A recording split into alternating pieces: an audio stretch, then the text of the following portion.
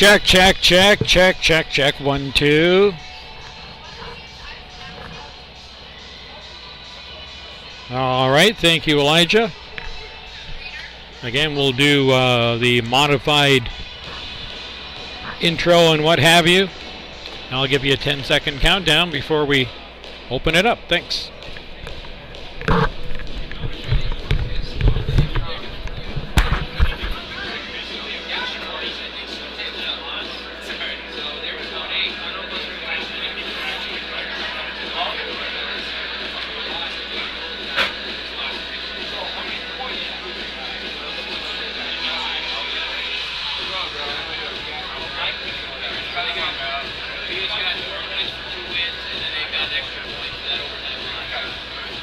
They got an overtime point in there that's not showing. Oh, okay. So the overtime point. But nonetheless, there's no change. So in terms of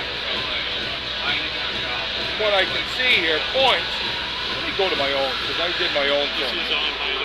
Okay. Here are the points prior to last night. No. Here are the points prior to last night. Okay, so there we are. But still nothing has changed. Yeah. Right? So we're still within 3 points of the playoffs. Okay? Believe it or not. How many games on?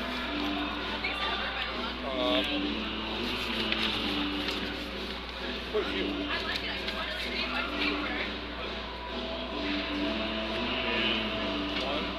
One, two, three, 5. Ladies and gentlemen, make some noise for Cooler Mountain!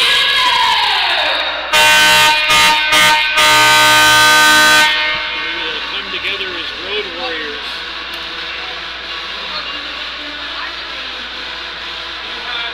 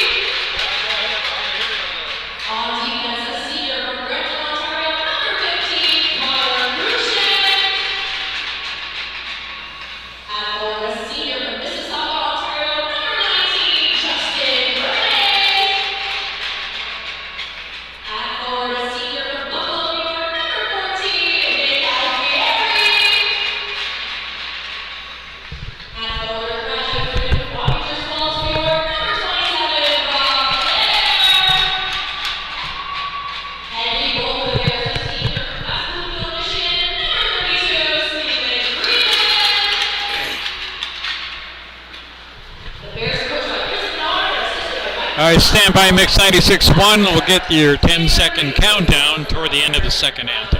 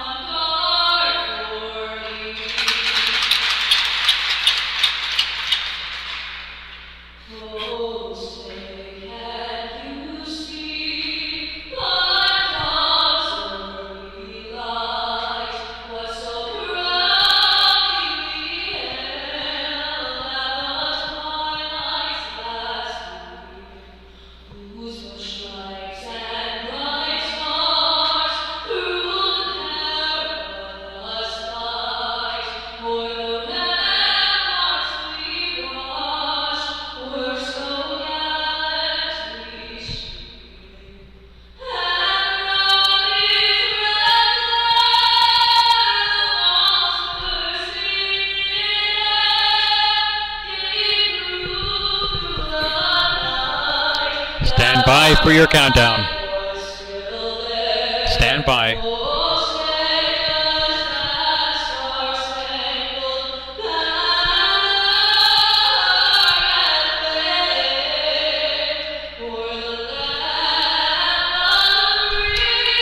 Okay, we're coming down in 10, 9, 8, 7, 6, 5, 4, 3, 2. And good evening, everyone. Welcome to the Maxey Arena for Potsdam Bears men's college hockey tonight. The Bears host 6th ranked nationally Oswego State Great Lakers here at the Maxey Arena. Warren Potter back with you as we wrap up our long weekend of coverage of Bears athletics here on Mix 96.1. And our nightcap tonight, Bears men's hockey coming off a tough loss last night here at home to Cortland, a game, Coach John Horan, in which the Bears came back twice to within a goal before giving up a few goals late to the eventual victors. Yeah, no doubt about it. They did start a little bit flat here. I don't know if we can... there we go. Now we're going. Yeah, they started out flat in the first period, came on to play pretty solid in the second. Most of the second and into the third period before giving up 3 late goals, but they hung in there tough. I was saying to you earlier that Connor Green probably played one of the strongest games in a 7-3 loss that I've seen, but nonetheless, they're going to face the Lakers tonight, nationally ranked, but they took it on the chin last night up in Plattsburgh, getting beat 6-1. So let's see who has a little bit of fire in the furnace here at this game. Richie Perron getting the start in net for Oswego tonight. And Stephen Friedland, 6'1" senior from West Bloomfield, Michigan, gets the starting nod for the Potsdam Bears as Oswego sends the puck in on an icing, apparently. Yeah, looks like so it'll be a do-over 6 seconds in from center ice. You know, Oswego comes into this game ranked nationally, and they are the #1 team in the Sunyak, despite that loss last night to Plattsburgh. Bears will win the second opening face-off, if you will, and move it into the left side with a drive right toward goal. Rob Clare crashing net, but it's going to be covered up here by Richie Perron. You know, these two got together here the first game of the second semester, and it was a 3-3 tie. Oswego would win it in the shootout, but that was in the Plattsburgh Invitational Tournament. So the Bears have had some success against this club. Again, a 3-3 tie up in Plattsburgh, so I think they feel that they've got a good shot here tonight. Rob Clare playing against his former team here tonight for Potsdam. just underway. First period with the puck into the Potsdam zone. Knocked aside by Friedland. And it'll become cleared out to center ice. Claire overskates. It'll be flipped back in by Oswego and Connor Gatto. As Oswego making the early change. Bears changing up some of their own personnel. Sending deep for Claire. No icing there. Claire forces a shot from a tough angle. And he got it on goal at the near side at the post. Steered aside by Perron. Here comes Oswego into the Potsdam zone. Rose gets there first for the Bears. Sends it down the ice. And here's a chance for Maulmeister. Maulmeister ridden to the boards from behind before he could get the shot away. Dug out of the corner here. The Bears working after it here. Oswego will come up with it. On the move by Shane Bull down the ice, and it's going to be held on to here at the side of the net by Stephen Friedland. Nice little scoop there, shortstop-esque, if you will. Little bounce on that puck. Friedland had the puck. He's going to hold on to it for the face-off. So, again, good club here, Oswego. We're interested to see what they can bring to the table after being flat last night. Both teams not off to great starts last night. Jack Bloom will play the face-off win for the Bears, but it's deflected into the corner, so it'll stay in the Potsdam defensive zone. That's where Mike MacArthur goes after it. His brother Garrett, a scratch for tonight. So we'll just say MacArthur, but we do have to specify which Bull has the puck at any given moment here for Oswego, because there's two of them on the team. A couple of brothers. Here comes Potsdam on the attack up ahead for Bloom. He'll sweep at it. It was the only thing he had left that he was able to do. Puts it in back of the net. Oswego will recover and skate it out through center ice. Here comes Bull. This is Noah Bull, number 12. His older brother Shane centering the second line. As Oswego will work off the half wall. Bears will get on it first, so Leith. And it's played up ahead, backhanded into the Oswego defensive zone. Perron will play it in behind the net. Oswego with D to forward.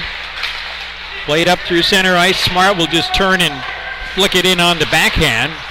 Swept up along the boards by Friedland.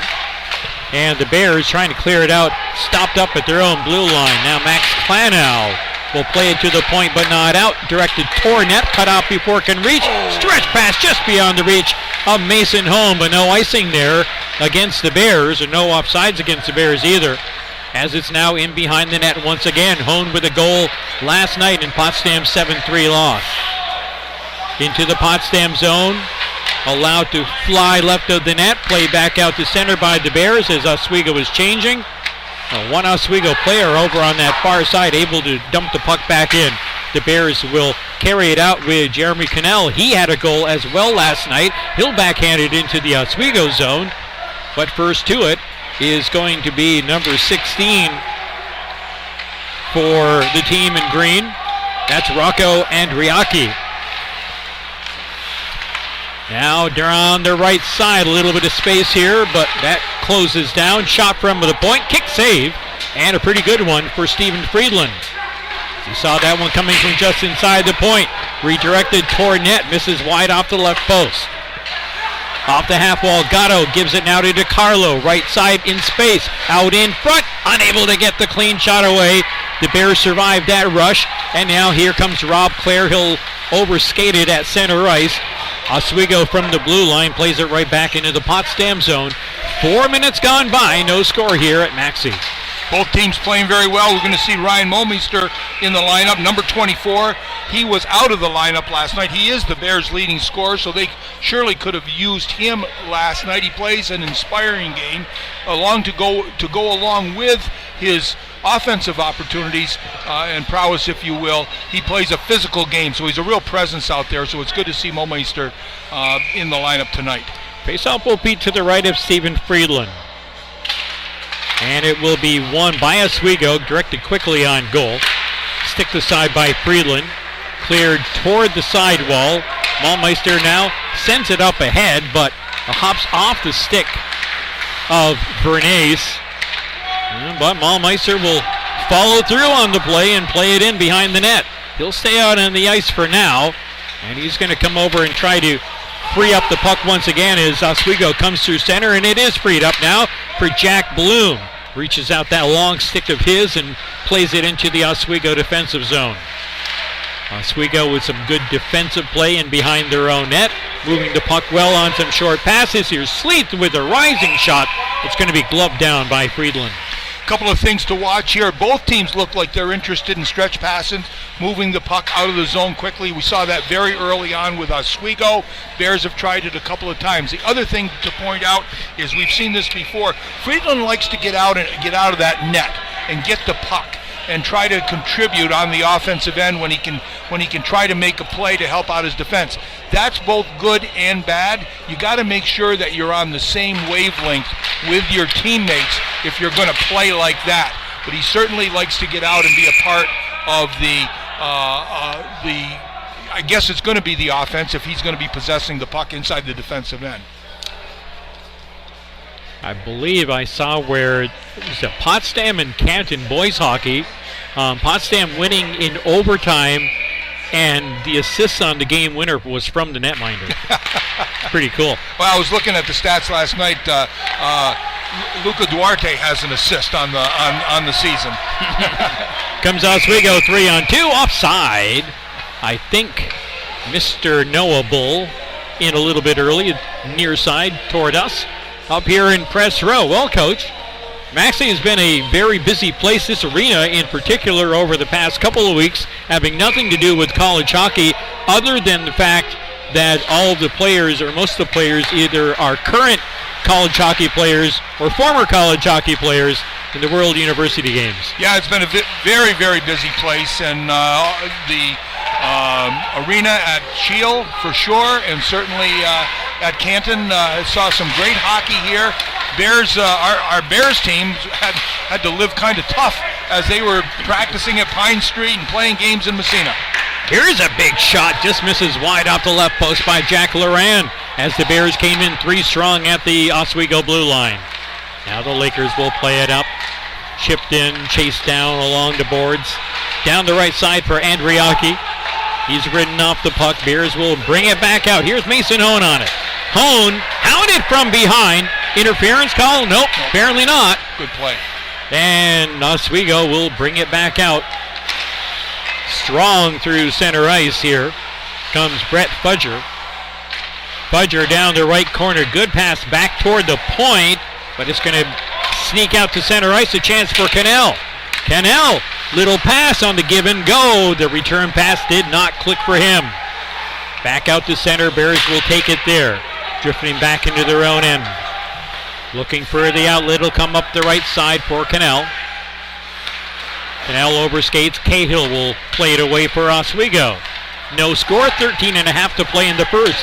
Cahill trying to open up some space on that right side. Plays it point. Left side. Dickinson waits. Fires. Misses wide right post. Kept alive by Gatto. Bears working after it. Looks like they're going to get it. Olszewski will play it out to center ice. Bears making some changes here. As are the Lakers. Here comes Potsdam down the right side of the ice. This is into the Oswego zone. With under 13 to go here in the scoreless so far first period at the Maxey Arena. Oswego with Sleeth up the left side. Played down toward the corner, gives it up there, right circle. The shot redirected right after its release. Ended up popping up over the goal. Here's another drive. That's cut off. A secondary follow-up there. That one's going to be deflected off toward the corner. Oswego buzzing here in this scoreless first period. Getting some opportunities, although most of their shots are not reaching net as yet. Here's a redirect. Touched by Sleeth, and a late whistle there as Freeland had that one covered up. Yeah, and I'll tell you, the Bears playing much, much better tonight inside their defensive end. Even if the puck is being moved around the perimeter, they're boxing in a little bit, clogging up in front, getting to some of those loose pucks. Didn't get to the loose pucks last night against Cortland, but they're getting to the loose pucks inside their defensive end, especially in front of the net. Good stick work, good active sticks on the defensive side of the puck, if you will, for the Bears. Cortland, of course, playing in Plattsburgh tonight on Bob Emery night. You didn't get an invitation, huh? No. I'm wondering, if Bob's going to make it up to that game, is he? He's working they're honoring him tonight. Yeah, he's working with the Merrimack program, and they have a game tonight, I believe. Under 12 to play here in the first period. The Bears move the puck in the Oswego zone. Lakers will carry it back out, lift it toward goal. Rose gets there first for the Bears, plays it to the sideboards, and now Potsdam with a chance to lug it out, which they will do. Nice pass ahead for Claire. Claire waits, just going to drop it down low, about 10 feet inside the zone before he heads off to the bench on a change. Oswego back out with it. Loran will interrupt the pass, or the pass ahead into the zone. That's going to go as an offside, I guess. Well, that's where the face-off's going to be anyway, whether it was offsides or it went into the bench. I'm not sure. Yeah, it may have been played out of the off the rink as well. Hone against Smart on the face-off here. Right below us. Third try, the charm, yes, won by the Bears. Coach, I don't think we've seen the rule that was adhered to a whole lot a season ago, and that was on face-offs with the warnings. They did change that? They changed that, yeah. Yeah, changed it back. Good. Well, I think they still have some modification of it, but certainly it was changed from what it was a year ago, which the Bears were victim of some very questionable calls on face-offs. And Potsdam's going to get called on the offside here. It was a slow developing offside as the puck came in at a diagonal inside the blue line, and Mason Hone got in just before other teammates did. After other teammates did, I guess. This was a good line for the Bears last night. Matthew Perron out there with Cannell. And also over on the far side is Michael Zuski, the junior out of Niagara Falls. This was a very effective line last night. Face-off win for the Bears. Klanow will play it in behind the net. Cannell gives chase. He's got it near his stick. Got some help down there. Centering pass. Olszewski can't square up for the shot. Cruikshank is out at the right point. Puck along the half wall. And Cruikshank does not want to pinch, and a good decision not to, as Oswego carried it out with a couple of players. And now Oswego from back in its own end. Will work it along for Ben Addison. Knocked away from him. The whistle. Icing call. Okay. Icing call. 10:17 to go here. Entertaining first period. Both teams playing very well, in my opinion. Goaltenders have been active at both ends, and so solid defensively in all three zones for both teams. So far it has the makings of a good game.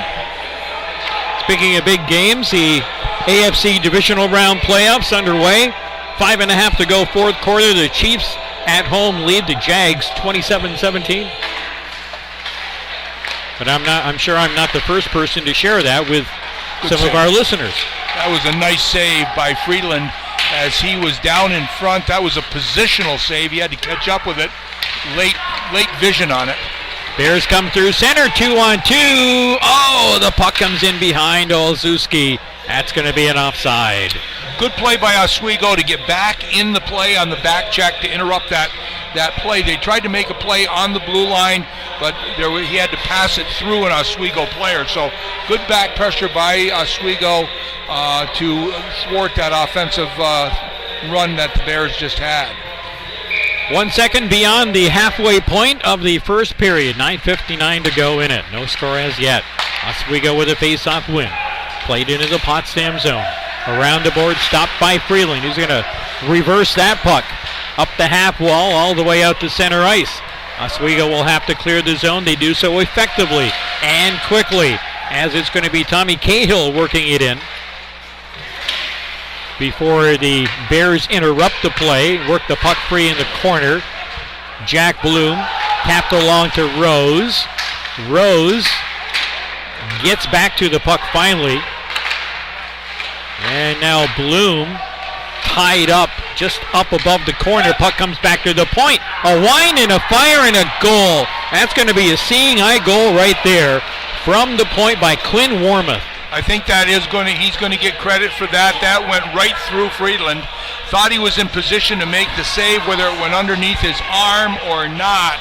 But certainly he had body contact with the puck, and so the puck did not just go straight in. So that's one of those.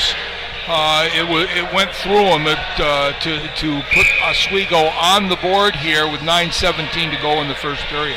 10:43 will be the time of the goal, and it will be Warmoth, an even strength goal assisted by Shane Bull.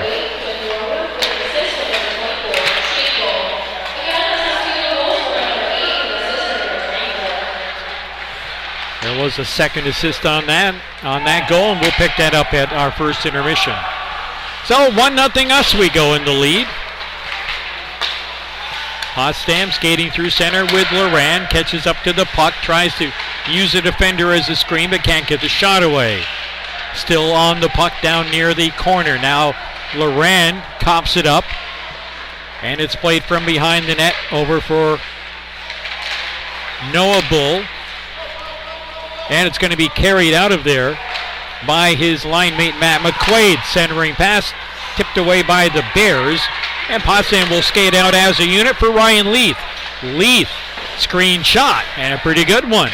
Long rebound now for Lennon at the left point. He'll just rip it down along the boards into the right corner from the left point. Centering pass runs through the crease, and Richie Perron wisely covers that one up, as that one was making some weird moves in and around that Oswego goal. Yeah, and it was a good play by the defenseman. I thought it was there. Maybe it was the forward Connor Sleeth that had it, but he didn't like what he was seeing either. Just shoveled it in to the goaltender to stop the play. Face-off win for the Bears, doing well in that category so far, yet trailing 1-0 here at home with 8 minutes to go in the first period. Bears cannot keep the zone. They will dump it back in. Delayed offside. That will get called as the Potsdam player gets caught up just inside the zone trying to play the puck in front of the Oswego bench.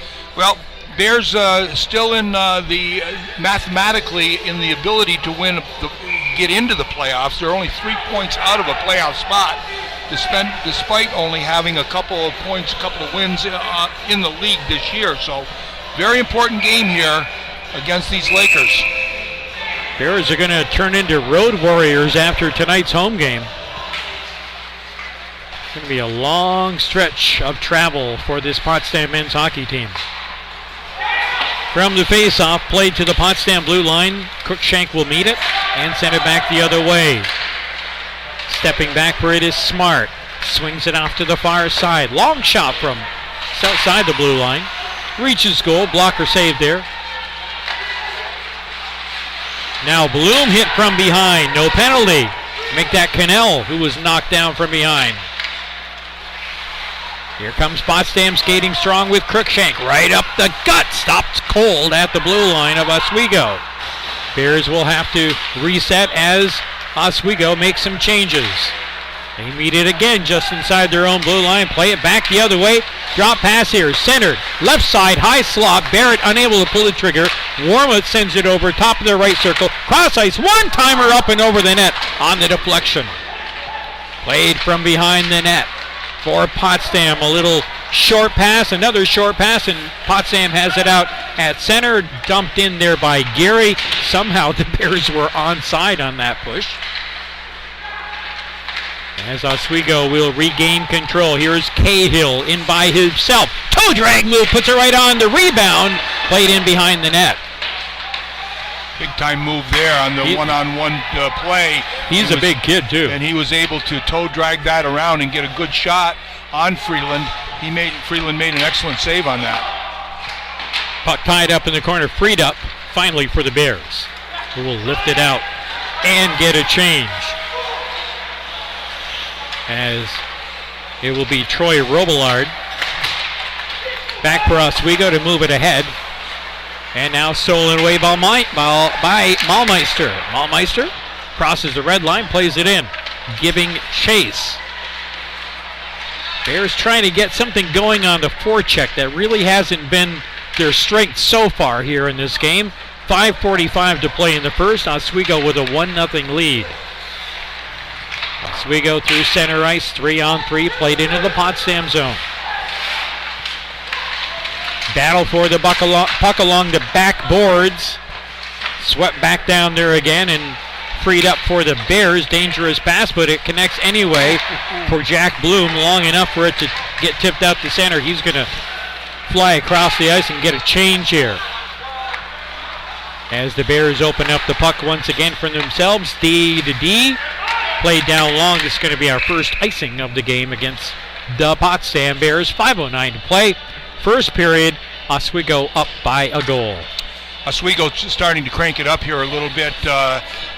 Pretty easily breaking out of their own zone.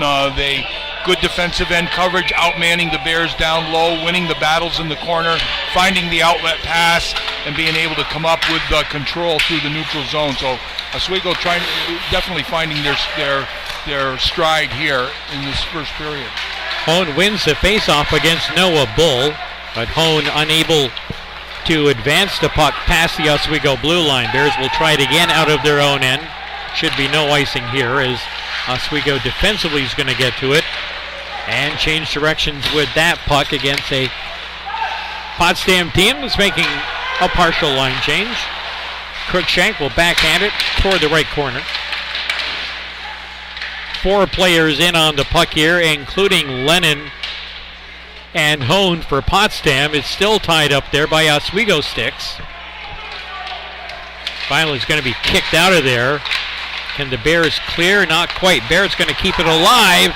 A one-timer before it could pop out of the zone. Gets cut off mid-slot. Here's Potsdam with Olszewski and Loran. Olszewski trying to muscle his way in with a backhand. He gets carried off toward the right corner, and Oswego will regain possession. And control up the middle. Nifty little move right there. And I'll pick up that player's number once I'm able to, which right now I can't. Here comes Brett Fudger skating back for Oswego. Under 4 minutes to play here, period number 1. There's a big hit thrown by one of the Bears. That was Josh Bifulci. Bifulci comes in on the offside. Close call. Yeah, it was. A couple nice skaters here to mention for Oswego. We're going to keep an eye on this freshman. I really like the way this Brett Fudger plays. He's a freshman out of Prince Rupert, British Columbia, but he's a smooth skating forward and has been a factor here in the early part of this game. Alfieri against Cahill on the faceoff just outside the Oswego blue. And Oswego will win this faceoff and quickly deposit it in the Potsdam D zone, where it rides around the boards long enough for Potsdam to get a player over there and send it out ahead for Rob Clare. Clare 1-on-2, toe drag move, gets out in front, right on goal, and it's in for the game tire. Beautiful play by Rob Clare coming down the left-hand side, made that behind the back between the skates move on the defender, but actually forced that puck in on the second try. It came in, I thought the goaltender had it, gave it a whack again, and I think the goaltender and the puck went in the net. So, terrific move by Rob Clare to tie this game at 1. A nifty little pass that he caught in stride coming down the left side. He did have like a triangle of Oswego players around him, but they left him enough space in which he could work. Well, and then he got the body positioning on the defender there to make that move and have him be able to follow through on it. He's a big guy, and he was able to use that body to force himself to the net after making that spectacular move. Ryan Leith with the assist on the Rob Clare goal. Oswego trying a wraparound at the Potsdam end. Kept in at the point by Addison. We're tied at 1 with under 3 minutes to go in the first. Addison left point, sends it right point now. Directed toward net, cut off right away and flicked out his zone. A nice play by, there's Malmeister again. Well, he does so many things well. Yes, he does. And he does it with energy. Out of the Potsdam zone, stretch pass for MacArthur. No icing there. It eluded him but it was touched before it came in his general direction. Here's Oswego entering the zone with Sleeth. Tries to fire a wrister, but it got caught up on the heel of his stick. They'll keep it alive to the half wall as he checks back for a change here. 2:15 to play. Warmouth, who has the Oswego goal, will keep the play alive in behind the Potsdam net. Guarded tonight by Stephen Friedland. We're in a 1-1 tie, late first period. Clare enters the zone once again. Stop there. Bears will keep it in the zone. Rising shot right on. Knocked aside. Big rebound. Off that lift in by, I think that was Leith. Back out to center. Rose can't stop it at the red line, so he'll go back into his defensive position. The Bears will regain possession there, courtesy largely of an Oswego change with 1:35 left in the first. Oswego getting the puck back, outlet down the right side, a little bit too much beyond the reach of that right winger. And Potsdam is back in with it with Hone. Loran on the trail. The puck is going to come in behind the Oswego net. They'll play it up softly to center ice. Lennon plays it right back in. Nearing 1 minute to play in period number one. It's been a good one so far. A 1-1 tie as the puck is tied up along the boards just off of the left circle as the Bears try to free it up in the Oswego defensive zone. Lakers will finally play it away. Robillard waits, turns up ahead for Smart. Lost track of it, has to retreat with 35 seconds to go in the period. Lead pass in a crowd, tipped into the Potsdam zone. Cruikshank will give Gatto a ride into the boards. Puck comes loose for Oswego. Skating left circle, cross ice, and off the stick, across the stick of Dickinson and Hops. Oswego dumps it back in after it came out to center ice. They check up off the offside. Bears will take a fortunate bounce, cross ice, stretch pass there, out in front, glove save, and a pretty good one there by Richie Perron. Terrific breakout pass down here, indirect off the boards like a pool shot, purposefully on the breakout pass. Did an excellent job there. Allowed the Bears to come through the neutral zone with speed and get a good shot on goal. With 8.7 seconds to go in the period, an offensive zone faceoff here. Plenty of time to get a shot on goal. Interested in seeing what the faceoff numbers are when we get to our intermission. Bears have looked pretty good in that department so far. Mike MacArthur in on this one. He'll try to win it, but it's going to be an Oswego faceoff win. And they'll move it up to center ice. Gatto swings it off on the right side. Last ditch shot right there by Oswego.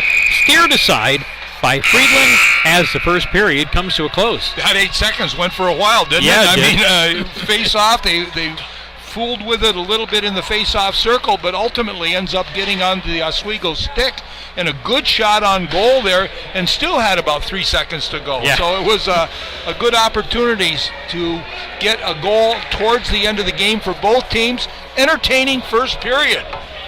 1-1 game, both teams playing very well. No penalties called. No penalties whatsoever. No penalties called. Excellent played right now by both teams. So we'll see what the statistics give us. But it was a goal by Rob Clare, who would come down the left-hand side, make a terrific behind his back, through his skate move to beat the defender. Uses the body, comes around, gets the shot on goal. Puck is loose, hits it. Goalie and puck go in the net, and the Bears tied that one to 1-1. And it was the good shot from the point that Warmouth got good. And I thought that Freeland was able to stop, knock it down, but it had enough momentum to get into the net. So initially he had good. Both goals were made when the goalies had contact with the puck. Right you are. So the advice rings true today, as it always has. Play to the whistle. Play to the whistle. So we're in the first intermission here at the Maxi Arena, a 1-1 tie. While we're awaiting our first period stats, let's check our out-of-town scoreboard. In Plattsburgh there at first intermission, no score between the Cardinals and Cortland. And with any luck, we'll be able to get some updates from around the rest of the league.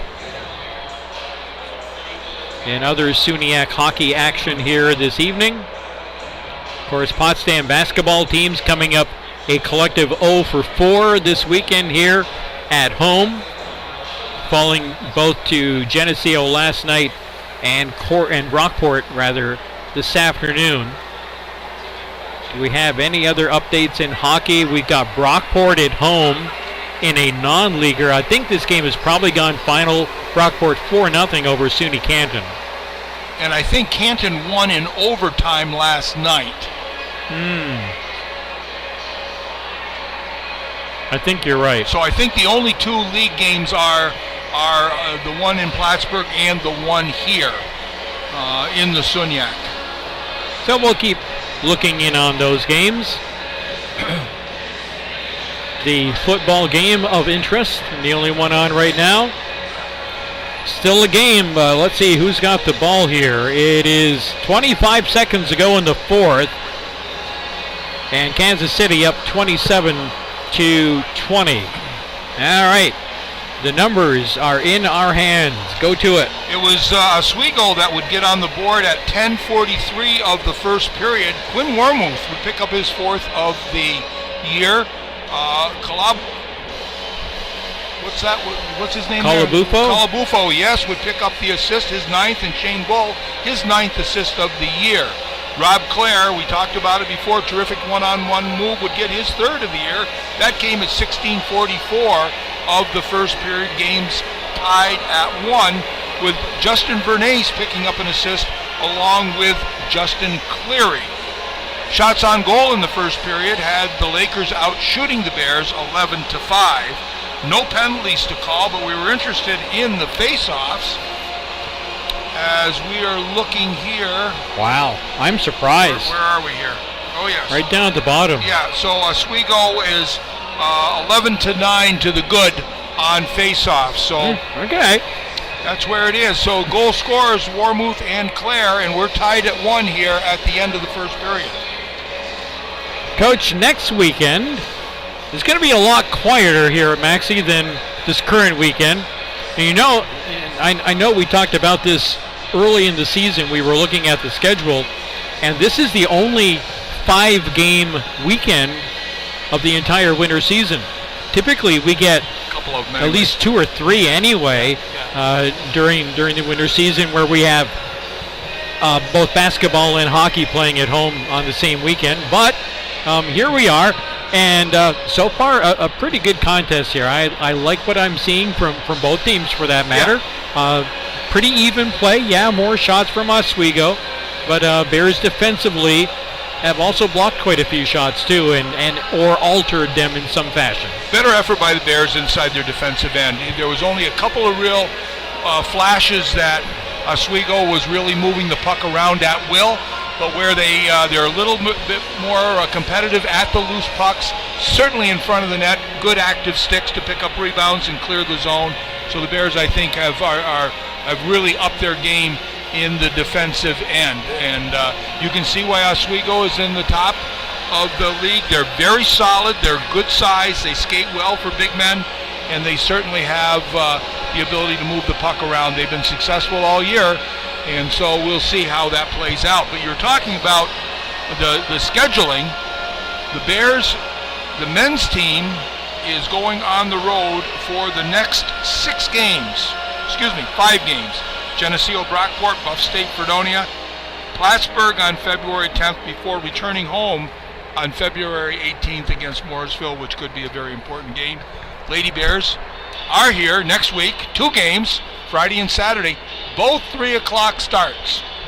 So we'll have the Saturday game for you here on Mix 96.1, and I imagine I imagine you will be here to call the Friday afternoon 3 o'clock game on the SUNY Potsdam Bearcast. Oh, they're gone final in KC. The Chiefs hang on against the Jags. Final score 27-20. Next up tonight, is the Giants in Philadelphia. 8:15 opening kick. Old time, old school, lots of old blood, the bad blood there between those two programs over the very many decades that they've been playing each other. All right, we're going to try to keep our focus on the game at hand. It's a good one so far. We're through one period of play here at the Maxey Arena tonight in men's college hockey action. And in SUNYAC play, it is the Potsdam Bears 1, the Oswego Lakers 1.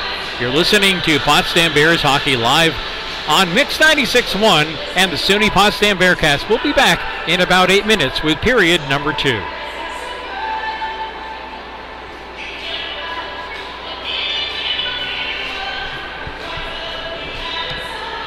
Okay, Mix 96.1. Talk to you. I'll give you the 10-second countdown. Come back in about 8 minutes from now.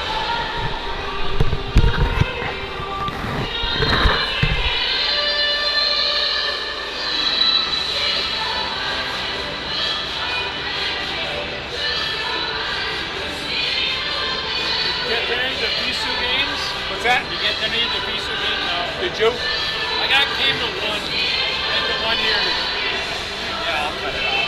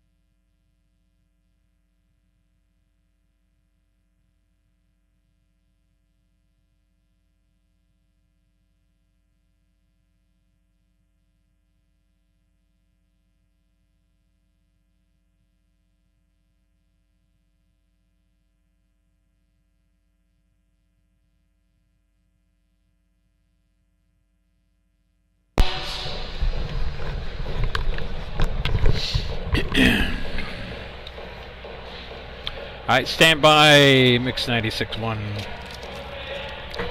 Ladies and gentlemen, make some noise for your Potsdam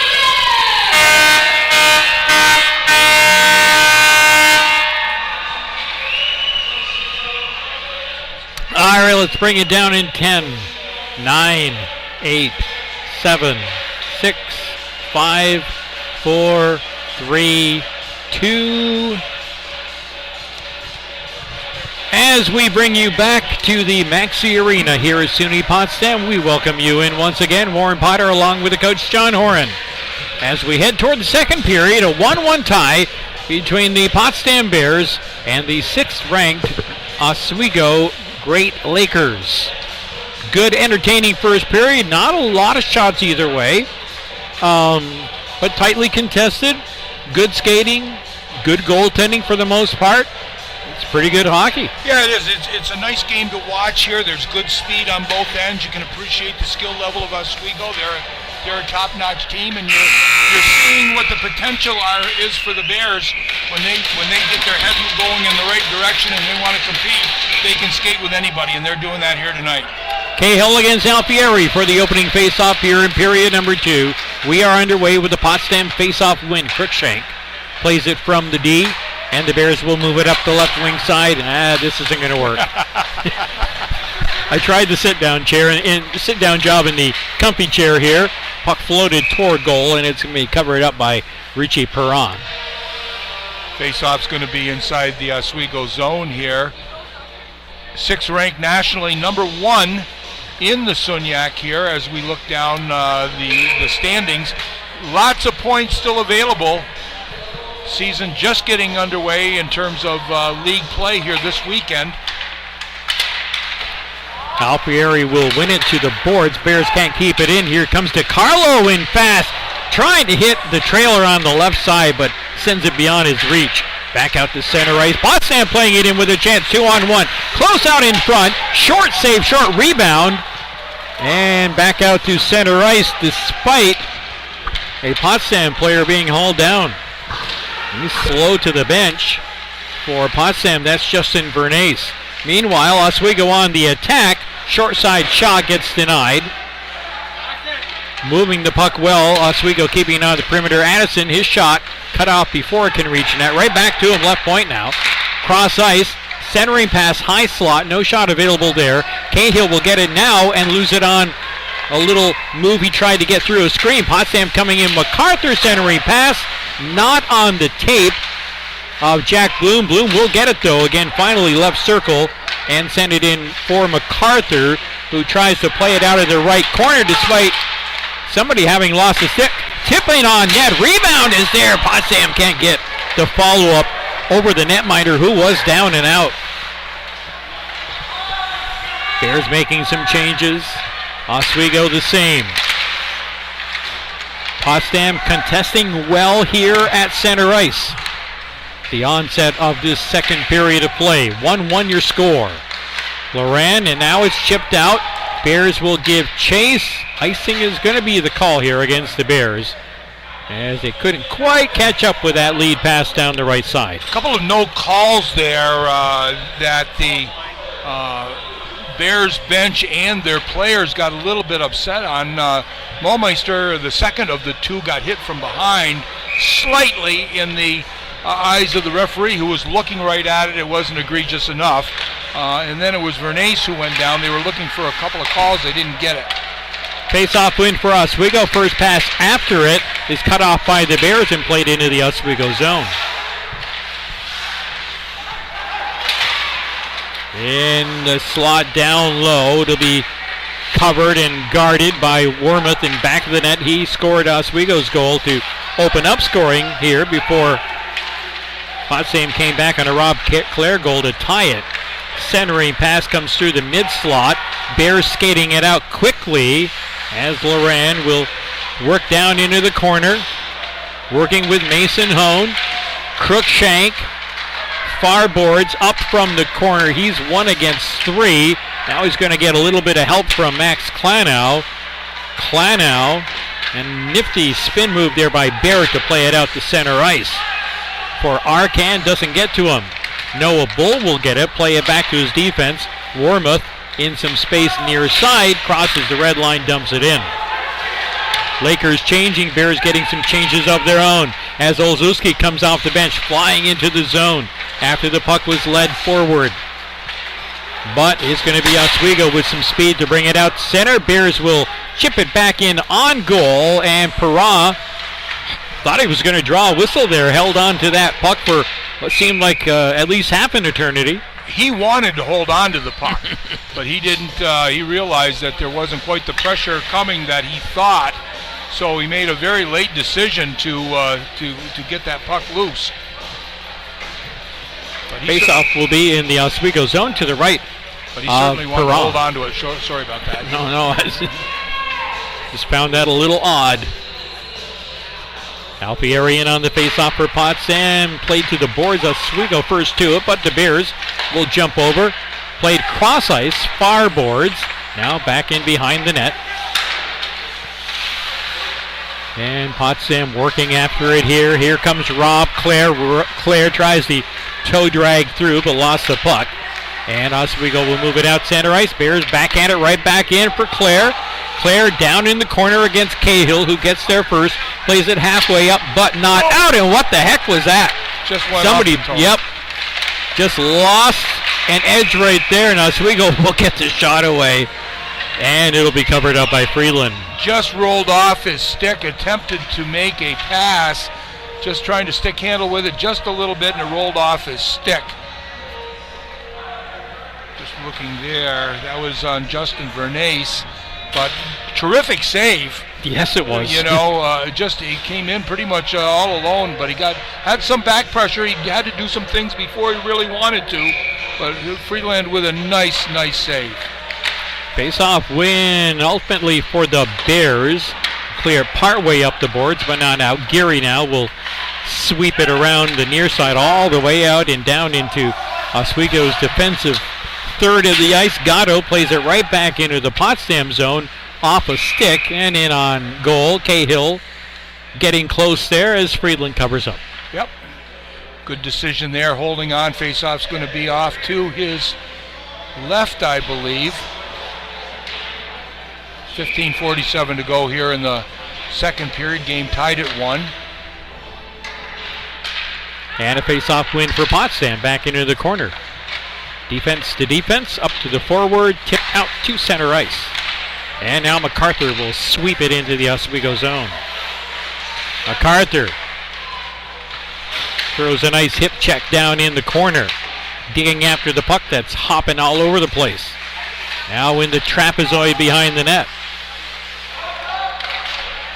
Now I have to ask Coach, and this may come across as a stupid question, but I first noticed the trapezoid behind the net with the World University games as we have a first penalty coming up.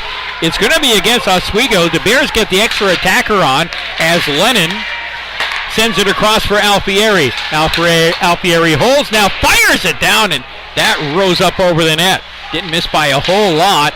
Now finally Oswego will touch up. Bears are going to get the first power play of the game. Yeah, the trapezoid has not been applied to college hockey. No, I was wondering, and I saw it in the FISU women's game I came to here, and I had to look it up online because I just was not aware of it. But also one thing that you would like to be applied to the college game, certainly here at the D3 level, is the goal cams. They had overhead cameras, no goal judges, overhead cameras, and if there's any question, there's a judge and official up here in the press box with monitors from both cameras. And if there's any question, the goal judge can, up here in press box, can make a decision based on video footage. Well, it's overdue here at this level. I just can't believe that. I'm not going to do it, but Bears on the power play. Good shot from the point. That was Leaf with the blast. Oswego will get to it now, rip it around the boards and out to center ice, and it's turned over to Sleeth. Errant pass, Sleeth puts the shot right on. Good glove stop there by Friedland as Sleeth came down to his left, looking far post, and that big left-handed glove got out there in the right spot at the right time for Friedland. Well, he's made a couple 2-3 very game-determining saves here. So far in this game, that was not the least of which would have been a short-handed goal. A real whiff on the pass there caused that good goal-scoring opportunity for Oswego. Potsdam did give up a short-handed goal last night to Cortland in the 7-3 loss. Bears with now 1:14 to go in the man advantage. Trying to get set up here, but Oswego quick enough defensively to not allow the Potsdam team to get set up. Oswego will bring it back into the zone. Stop side of the net by Friedland. He will leave it now.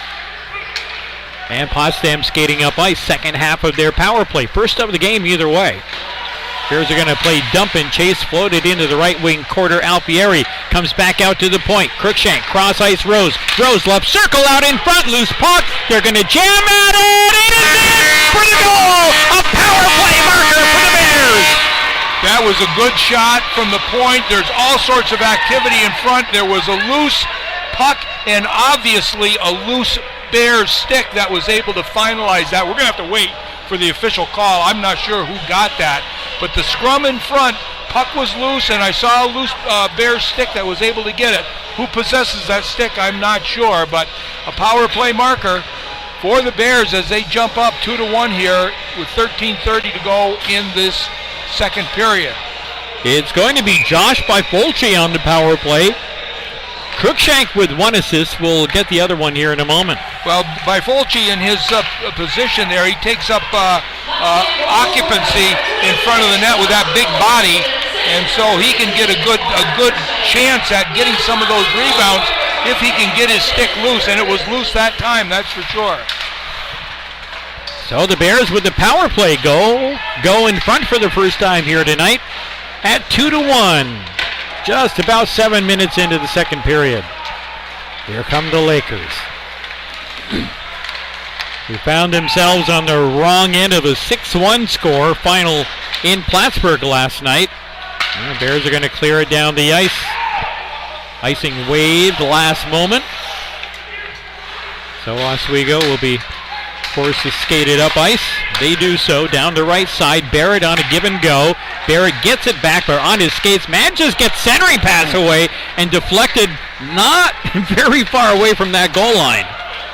But it does go all the way through, and Potsdam plays it back. And centering pass just beyond the reach of the cutter down the right side. I think that was Olszewski perhaps, maybe Matthew Perra.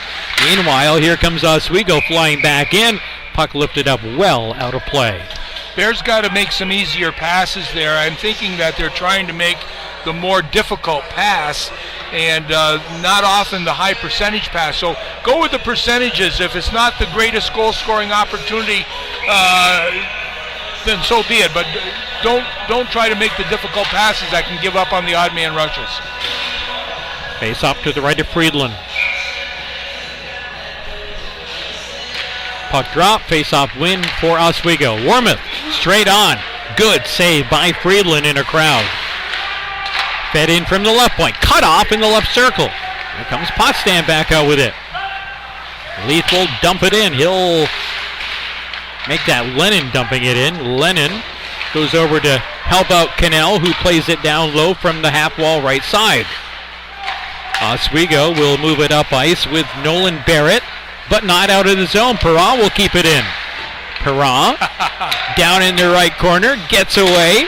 Playing keep away right now, Matthew Perra is to the point. The shot, big rebound out front, but the Bears can't get anybody freed up low in the slot. All the way down back into the Potsdam zone.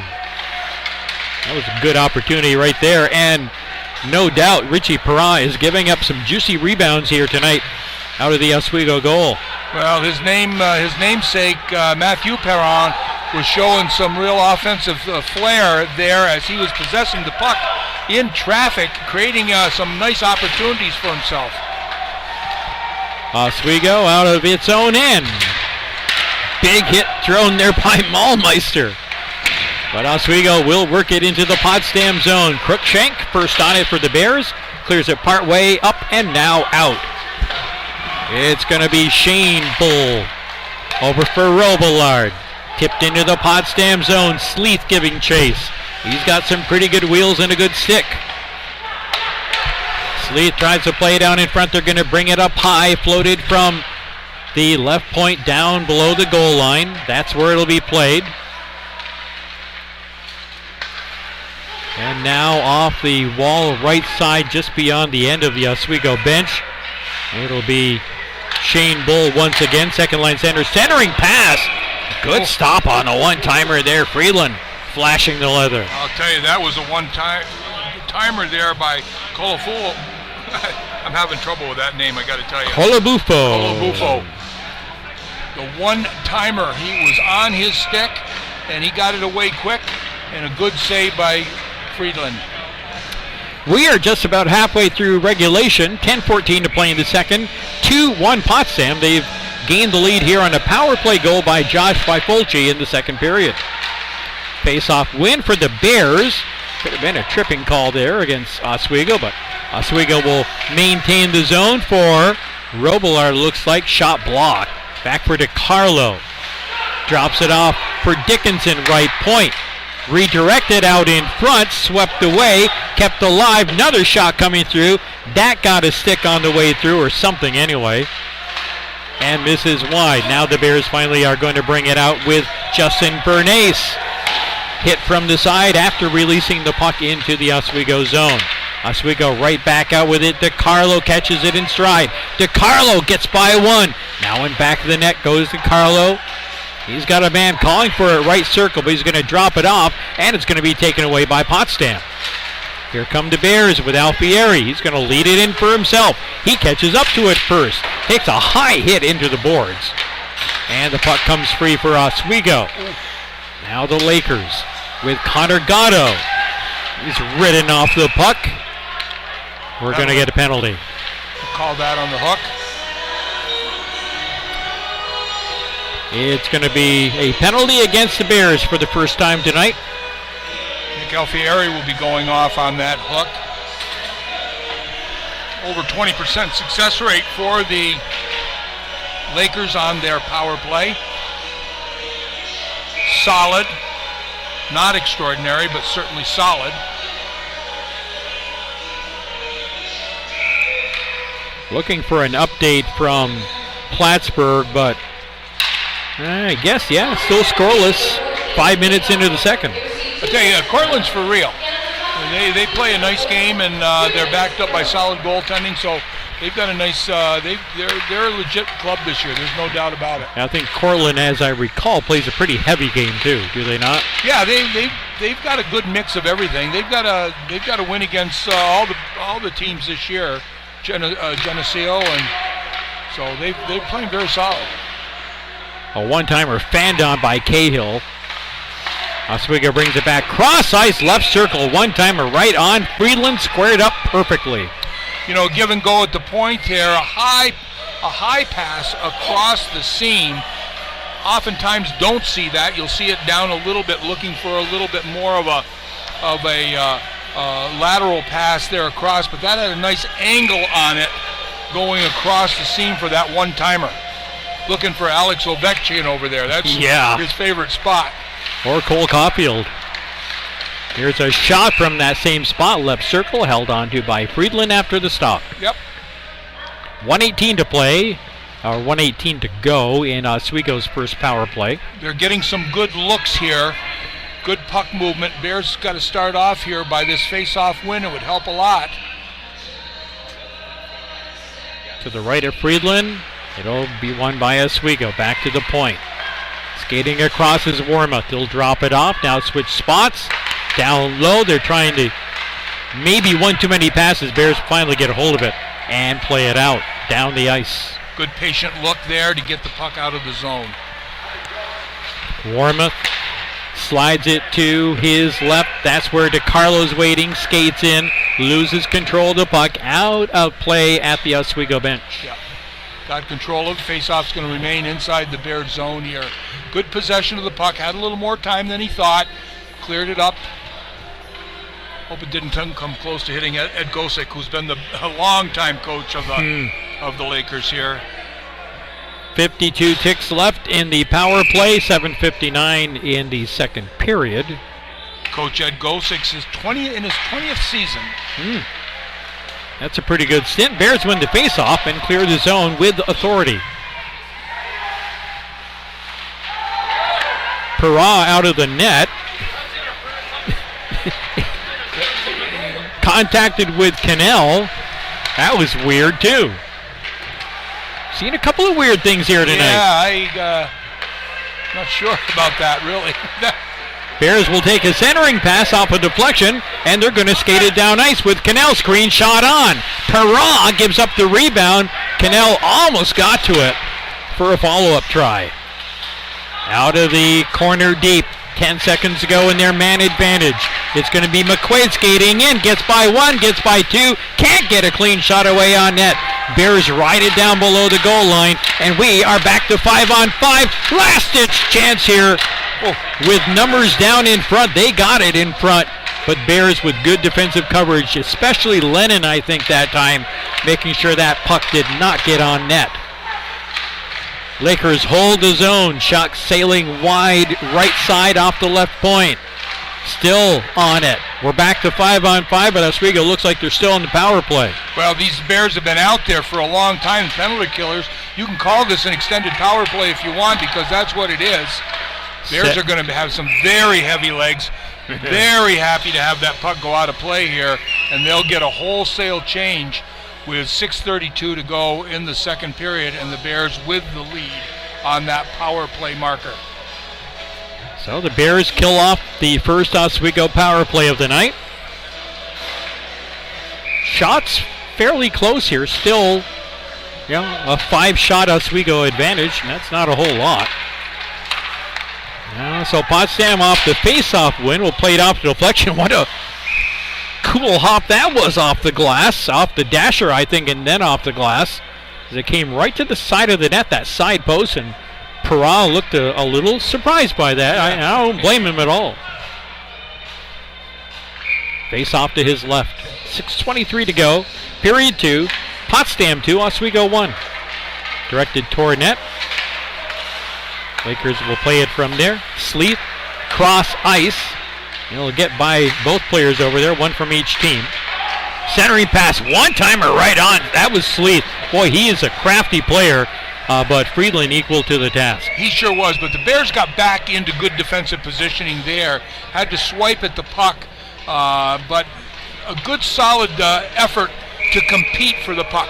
Didn't see that last night, but they're competing for the loose pucks, and they're getting to those loose pucks. Oswego's going to make their plays, there's no doubt, but the energy is there here tonight for the Bears. Face-off win for Oswego. They'll maintain the zone now in behind the Potsdam net. Up the wall it comes. Dickinson over skates now. He's going to leave it for Sleeth. Sleeth is open, but his wrister is a little bit off balance, and it goes well wide to the left. Now Potsdam has it. Going to play it up ahead now for Olszewski. Held up for a moment there. He'll go in, throw the check, but the puck is going to stay with Fudger. Check that with Ryan Dickinson. Dickinson back on it now, and on second effort, Oswego will play it in as they go for a change. Bears quickly out the other way. They want a change of their own. It's going to be tapped into the zone, clear back out. Stretch pass just off the mark. Thankfully for the Bears. Boy, they did. They got caught in a change there, and we talk about it all the time. It's the long change period here, so you got to be very judicious in when you come off, but they really did almost catch a free hand going in all alone on that stretch pass. Well, the scoreless tie is over in Plattsburgh. Mid-second period, Plattsburgh gets the first goal of the game. 1-0 there over Cortland. Alfieri at center ice, looking to win a face-off for the Bears against Cahill. But it will be Oswego and DiCarlo. Taken away by Bernays. Tries the shot from the circle, cut off by Warmoth. Bernays still after it. Warmoth, nice soft pass ahead. And finds his man Barrett. Barrett tracks down the puck down toward the corner. Now it's going to be directed in back of the Potsdam goal. Still along the boards, now up to the goal line. Potsdam on it. Up ahead, tipped out, played out to center ice by Bernays. Oswego turns right back into the zone, but they are well offside down the left side. Late whistle, quite a step and a half in over the blue line on that offsides call here. So 4:51 to go. Bears hanging tough in there, playing with much more energy here recently. Good speed to the puck, winning some battles for loose pucks. The key. Face off outside the Potsdam blue line. Bears will play it. D to D. Cross crease. Up for Klanow, off his stick. Back to center ice. Oswego changing directions with Cahill entering the zone. Rips it along the boards and back of the net. All the way out the other side. Oswego will maintain possession. Now for Gatto. Slides it down in front. That's cut off. And an easy stop there for the Bears defensively. The Bears play it off a boot at center ice. It will finally take a Potsdam bounce into the Oswego zone, but the Lakers with two back will play it up to Gatto. Cross ice. High slot. DiCarlo trying to free up for a shot. They're going to go left side, and that is where Bunka is. Bunka plays it down into the left corner. Bears guard against a wraparound, and then it's given up for the game-tying goal. It's going to be Jackson Arcan to tie the game at 2. Got caught chasing the puck there just a little bit. Left Arcan off the side. He was all by himself. Nothing but open net. No chance for Friedland to make that save there. And so that even strength goal by Arcan here knocks the game at 2. That started as a wraparound try. The wraparound was not completed on goal, but it ended up sweeping across to the open left side. That's where there was Arcan and nobody else waiting. Yeah, you get caught following the puck and cheating towards that. All of the Bears' bodies were leaning in that direction, and Arcan was just off the what would be Friedland's right post and left to us if we're looking at it. But again, the puck found him. It's not always going to be that way, but nothing but net for him. Face off outside the Potsdam blue line, won by the Bears. Brand new hockey game here, tied at 2. 3.5 to go in the second period, icing against the Bears. Important part the here. old two-line pass catches them. The important part here, no doubt about it, always face-offs in your own end, but classically as you get late into these periods, you don't want to lose the momentum. You really want to take the chance. Don't lose these face-offs. If you don't win them, don't lose them, you know? Oswego will win this one. Lower left circle, puck stripped away. Bears out to center ice.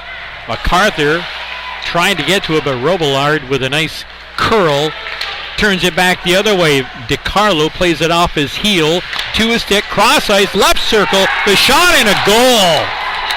Beautiful finish, and Oswego is back out in front, 3-2. I'm going to see who got that. Again, that coming from that far side. Was that number 7 who got that?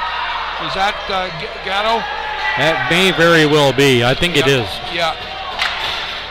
Puck turned over, quick turnover. They make good use of the mistakes that Potsdam has had here with their puck movement. It started off over here towards the right-hand side, but found Gatto, if that's going to be the case, all alone on the left for that open net. It'll be Gatto from DiCarlo and Bunka at 16:43. So Oswego, which had last held the lead at 1-0, now has scored 2 straight after falling down 2-1 to the Bears, and now they've got the lead back at 3-2. 3 minutes to play second period. Yeah, I'm not sure. That was probably under a minute and a half, I think, in terms of those goals. Under a minute, as a matter of fact. Under a minute. Yeah, 16:08, 16:43. Yeah. Face off to the right of Richie Perron. He is a junior netminder from Montreal. And right now, his team is leading 3-2. Latter stages of period number 2. Oswego trying to ride some momentum. Bears trying to maybe get a late period push of their own. Right now, the puck tied up in the corner to Friedland's left. Finally, it'll come loose. Opposite corner, Rose. Plays it, but not out. Played off a deflection and back of the net. Potsdam will get to it. Up the boards, but not out. Oswego with an edge in the skating, it seems, right now. Finally, it comes out. Most of the way down the ice, no icing there. Cannell goes in, throws a check, but the player he checked manages to hold onto the puck, send it up ahead for Sleeth. Waits for some support, floats it down in front, and boy, that one hopped through the blue and out the other side. I think that was a redirect by Gatto again. He's one of the smaller players for Oswego, but that's not a detriment in his case. More than makes up for that with his skill. As Perron, Matthew for Potsdam overskates the puck. Still working after it. Bears hold at the point with Lennon. Dumps it down low. Cannell chasing after it here for Potsdam along with Olszewski. Cannell double teamed in behind the net. Olszewski going in to help him out. Barrett right behind him, making sure he gets pinned in along there and has no room in which to move it out. And the whistle will sound. We don't get too many whistles on tied pucks, but we get one here. Yeah, they didn't seem to be too interested in either team wanting to possess the puck, so referees just decided let's let them get a change, and let's see what they have for the final minute and 12 here in the second period. 2 late period goals has given Oswego the lead here, 3-2, as we draw close to the end of this second period. The face-off is won by the Lakers, but it ends up right on goal, and Perron figures that the best thing to do right there is just to get the glove on top of it and hold on for another face-off. He seems to be trying to decide what he wants to do with it. He wanted to get rid of it there, but no doubt he made the right decision. You got to hold on to that one. A bouncing puck on the face-off drop is going to be played by Oswego out to center ice. Here's Robillard. Robillard trying to muscle his way in. Now he's going to get some support down the left side. Arcan, who scored Oswego's second goal, will dump it in behind the Potsdam net. That's where MacArthur will bring it out. MacArthur leads it ahead for himself with Mahlmeister, Bloom trailing. Rose out at the left point. Leith over at the right point right now for the Potsdam Bears. They find themselves trailing once again. Puck stolen away for a moment, but Oswego will play it out to center ice right below us. Scrum ensuing. Rose, Mahlmeister, Bloom, Arcan, and now Robillard will dig it out of there. Potsdam gets it back ahead for MacArthur, who's considerably offside. Yeah, Mike's been playing very, very well as of late. He's had a nice career here at Potsdam. Got to remember, Mike also started at Oswego. Ah, yes. You know, so a little bit of meaning here in this game. This is the final regular season meeting. I think Oswego won their first meeting early in the year, the first road trip of the year, if you will. Oswego winning 5-2. And leading 3-2 here as we near the end of the second period. Puck touched, I think, at the Oswego bench. Next week, Lady Bears are in town here Friday night, Friday afternoon, and Saturday. Saturday, the Cardinals come to town. Cardinals have been tested on occasion by some of their NEWHL foes. I think they dropped one this year. They did, too. Doesn't happen often. Not often. Here's a wraparound backhand try. That's cut off before it can reach Friedland. And there is your buzzer. 40 minutes in the books. And after the Bears take a 2-1 lead on a power play goal, Oswego comes back with 2 goals in a span of 36 seconds. Yes, 36 seconds apart. And they not only tie it, but they reclaim the lead, which they will carry into the locker room. After 40 minutes of play, Oswego 3, Potsdam 2. both of those goals coming on the left side. The first of those 2 goals, as you mentioned, they tried to get a wraparound. It didn't make it all the way. The Bears kind of cheated to the side, and they left Gatto all alone off on the left side, would have been the right-hand side of Friedland. Puck found him. He made no mistake. And then it would be Grotto coming down to get that second goal on that quick shot. Turnover. DiCarlo gets the puck on the blue line, passes it over to the left side. Good quick shot away. Second goal in 36 seconds or so. So Oswego up 3-2 here on the Potsdam Bears after 2 periods of play. Still 1-0 in Plattsburgh, late second period there. Plattsburgh with the lead over the Cortland Red Dragons. Other SUNYAC action. Let's see if we can get caught up here. Not a lot of league action going on in hockey tonight, but there's some. So we'll do a quick check and see what we see. In terms of the SUNYAC. Yeah, Geneseo hosting Hamilton in a non-leaguer. Yeah, non-leaguer, yeah. There's that Brockport non-leaguer. Looks like to be a win, 4-0 over SUNY Canton. And that's all we're seeing right now. So, there you have it. Potsdam basketball, both teams losing both games that they played this weekend. Last night, the Geneseo Knights were in town. A couple of close games where the home teams just could not quite rally enough. Today, the Potsdam women lose by 10 to Brockport. The men had a good game going through the first half, gave up a sizable but Brockport run to start off the second half, came back, closed the gap to 9. That's as close as the Bears would get as Brockport stretched it out over the men for the pretty sizable victory. Who's the top team? Brockport. Brockport is the top team? Once beaten in conference play. And just 2 losses overall. So Brockport is the real deal. The Bears had him for a while. And the Potsdam basketball teams are going to be on the road as well for the next 2 weekends. It's the Cortland Oswego.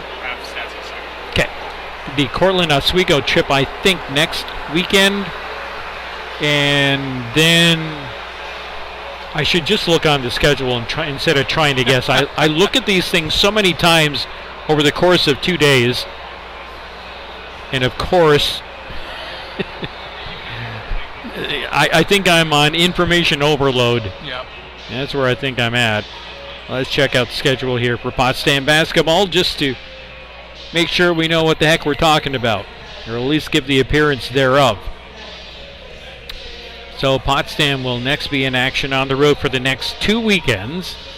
Yeah, Cortland and Oswego next weekend, and then the following weekend at Brockport and Geneseo.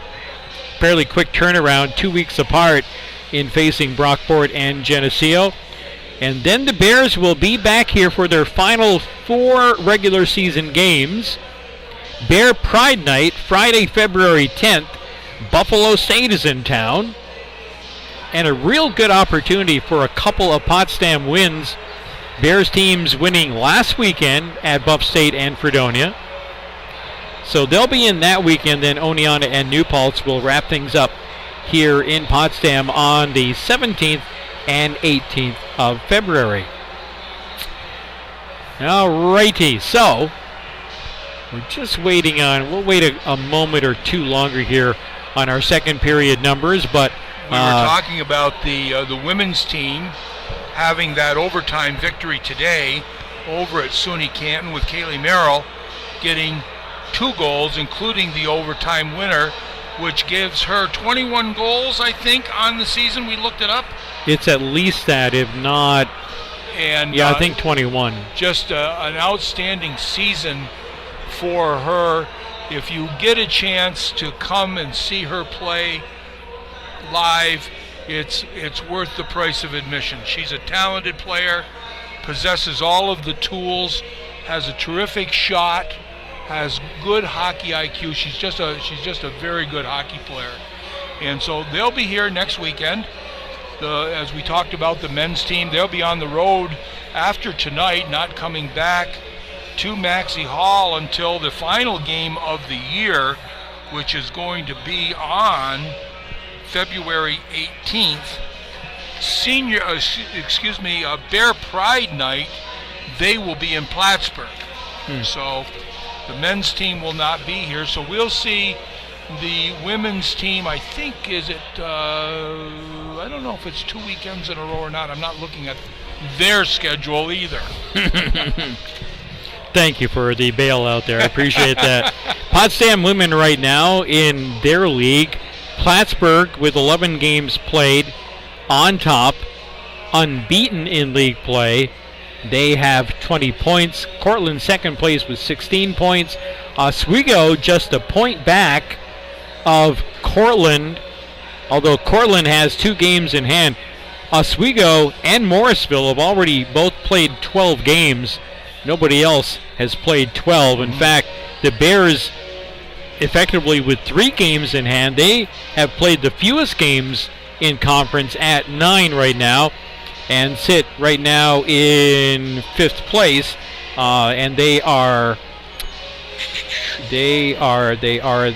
4 points behind Canton with 2 games in hand over the Roos. And so just to say that was a big win for them today. Yeah, a much needed one after falling 4-3 at Morrisville yesterday.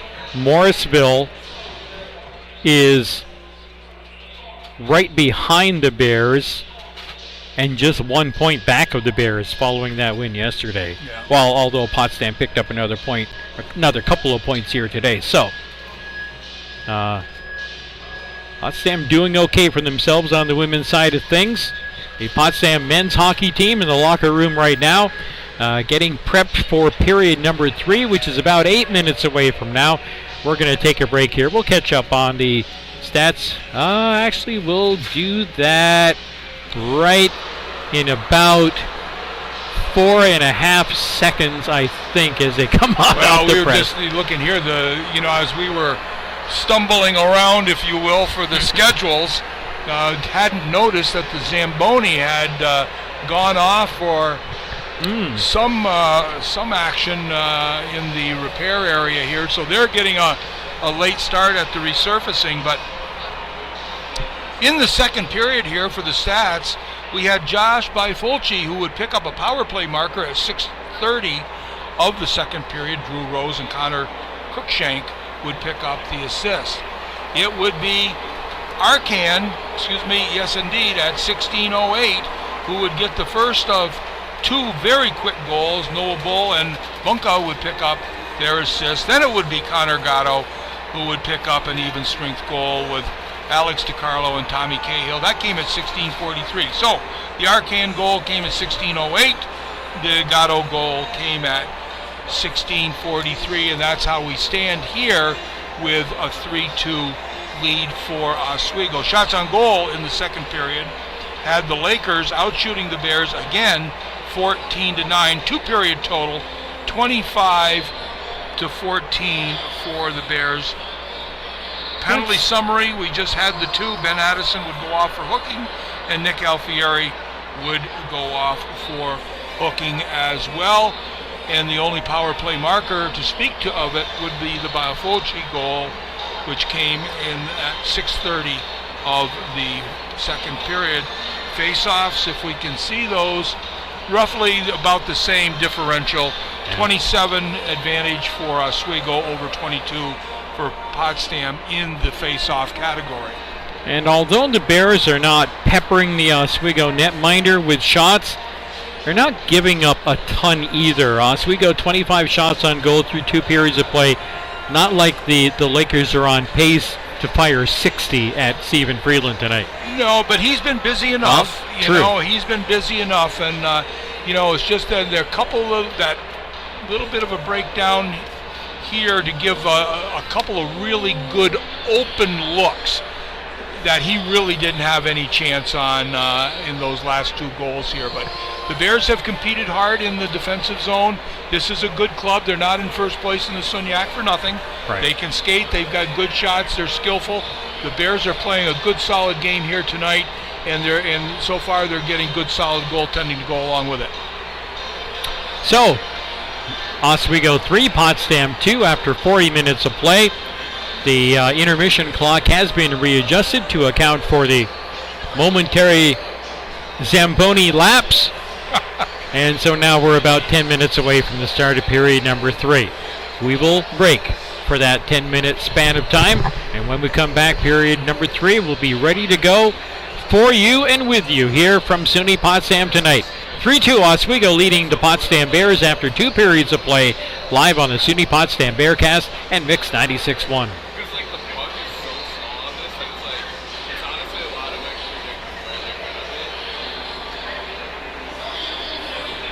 All right, Mix, talk to you inside of 10 minutes, probably about 9 minutes from now. We'll count it back in, and I will cut the mixer for now.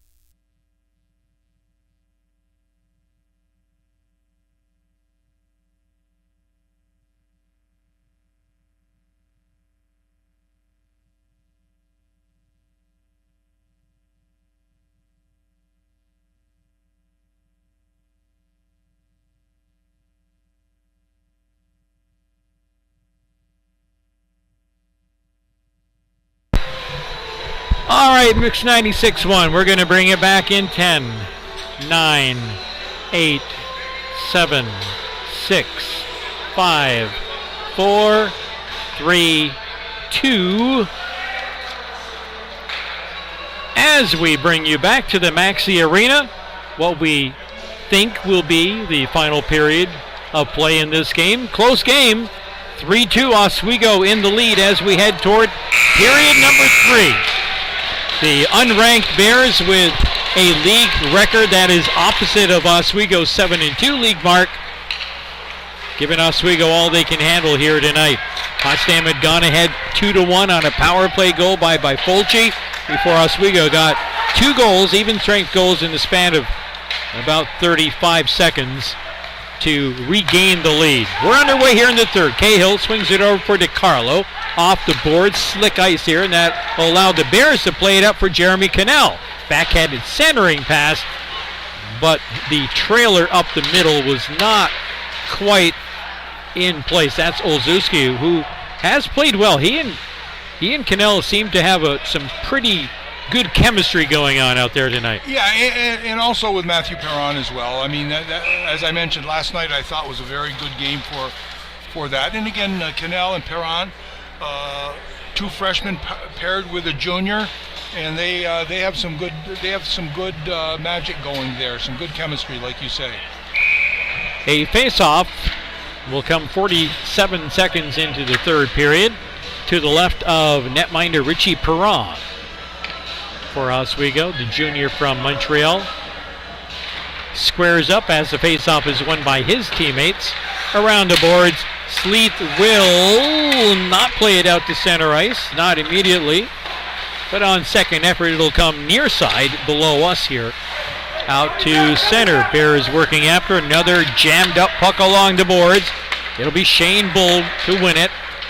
Across to the opposite side of the rink, open ice, dumped in, right point to left corner. Bears jump on it there, bring some numbers out with Vernace now. Vernace pinned to the boards. Check that was actually his line mate over there, Nick Alfieri. Oswego plays the free puck now into the Potsdam zone. Friedland will come out of the net, send her down in front.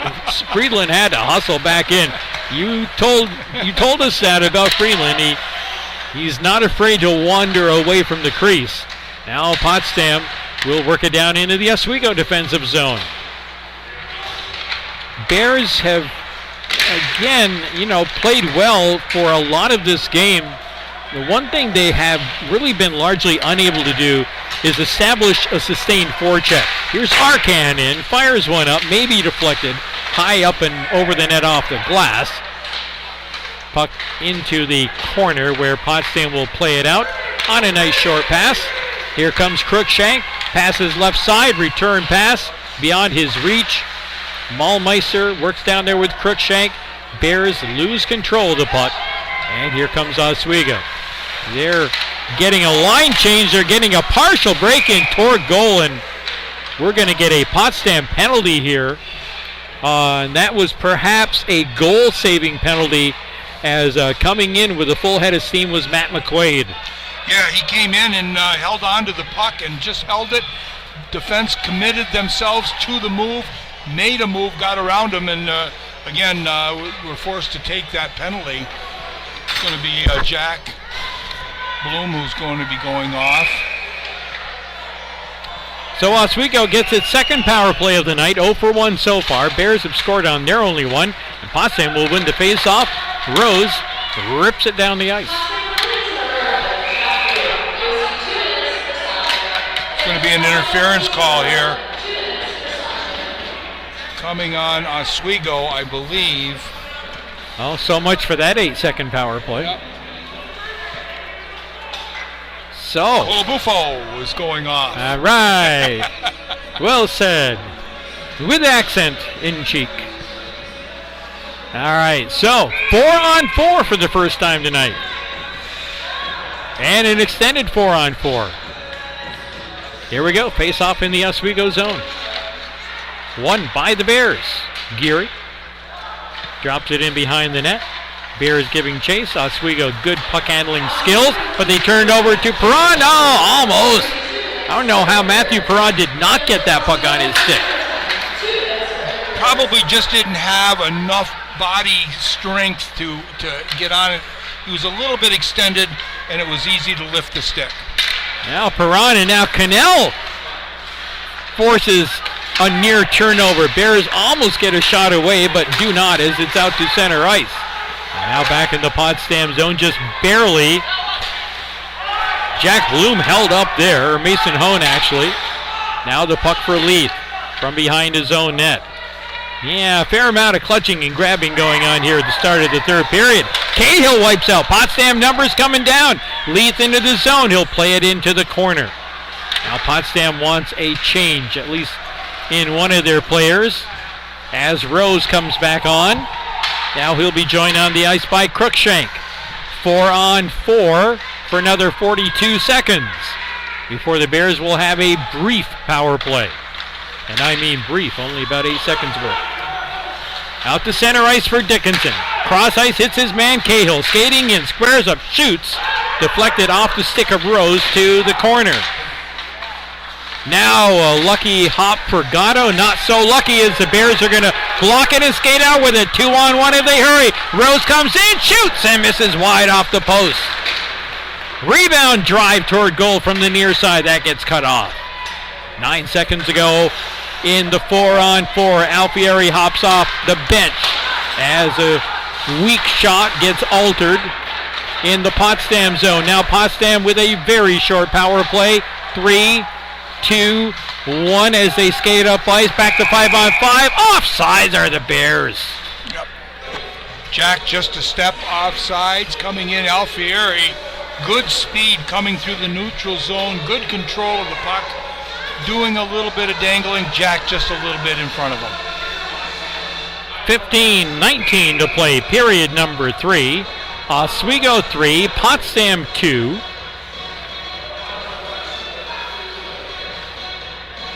As the face-off is outside the Oswego blue line. One by the Lakers. Punched in by Andriaki. Smart trying to come up with it. Bears clear the zone out for Claire. Ooh, big hit there as Bunka got squeezed. Potsdam player losing a stick and a glove as the puck will come back into the Potsdam zone. That was Rob Clare who got a stick awkwardly up under the face mask. Potsdam keeping the puck to the outside as Oswego looks to attack from the boards. On the left wing, loose puck. Played up ahead for Mahlmeister. Mahlmeister's going to dump it in ahead for himself. Now MacArthur will give chase in behind the Oswego net. Mahlmeister steps in there, can't get the puck. Bears dump it back in. Check up off the delayed offside. Now the Bears get the missing equipment off the ice anyway. And Oswego called for icing. Is that first time tonight? No, I think they have before, but I thought he touched it. And that was right in front of us. You know, yeah. Holy mackerel. Face off here, just off to the right. The left of the Oswego goaltender, Richie Perron.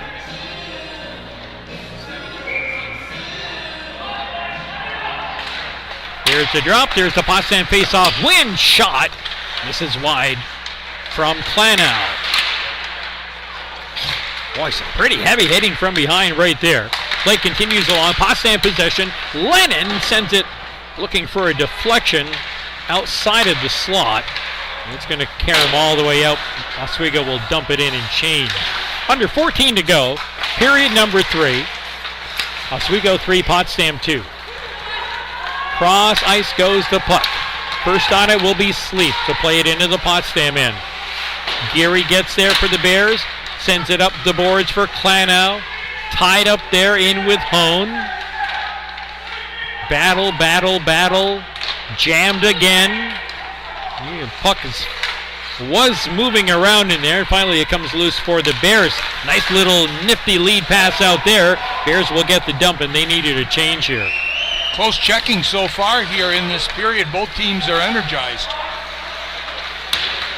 Yep, we're seeing a fair amount of hitting as Perra can't advance the puck. Back to the Potsdam zone. Played up ahead for Cruikshank. He called for it. He'll hit across the red line and dump it in left corner. Big crowd after it with Cannell back for Leith at the point. Floats it toward the net. Cut off halfway. He'll come back to him. One-timer. That one is blocked. He's got it again. Going to go cross ice for Cruikshank now. Fakes the blaster. Puts it down in behind the net. Cannell after it. He's being held up there. We have a penalty coming here. I think Potsdam's going to go on the power play. I think they're going to call the Oswego player with a hit from behind on Matthew Perron. He went down pretty heavily. I do believe it's going to be Oswego. Yeah, it's going to be a boarding call. Well, Bears are going to get an opportunity they've been hoping for and battling for. That is a power play. Their second of the night. Well, second full one of the night potentially. As it's going to be knocked down by Rose out at the right point. He'll play it down low right circle. Bears trying to get set up here. Claire swings it off to the left point. Cross ice near side. Now center point for Rose. Waiting, slides it right side, then opening there. They're going to go down low. Right out in front. Jammed at from the side. Tough angle there. Another hit from behind. Bears jam at it again. And the whistle sounds just barely. It was a short whistle. Perron was busy there. By Fulci again. Rob Clare doing great work down low behind the goal line. By Fulci with a couple of really good whacks at it. And Perron comes up and makes the save. Well, we've been talking about Josh Fulci time to time. Yeah. About how valuable he can become using that big body of his. He's got a goal here tonight. Potsdam looking for a game-tying goal right now.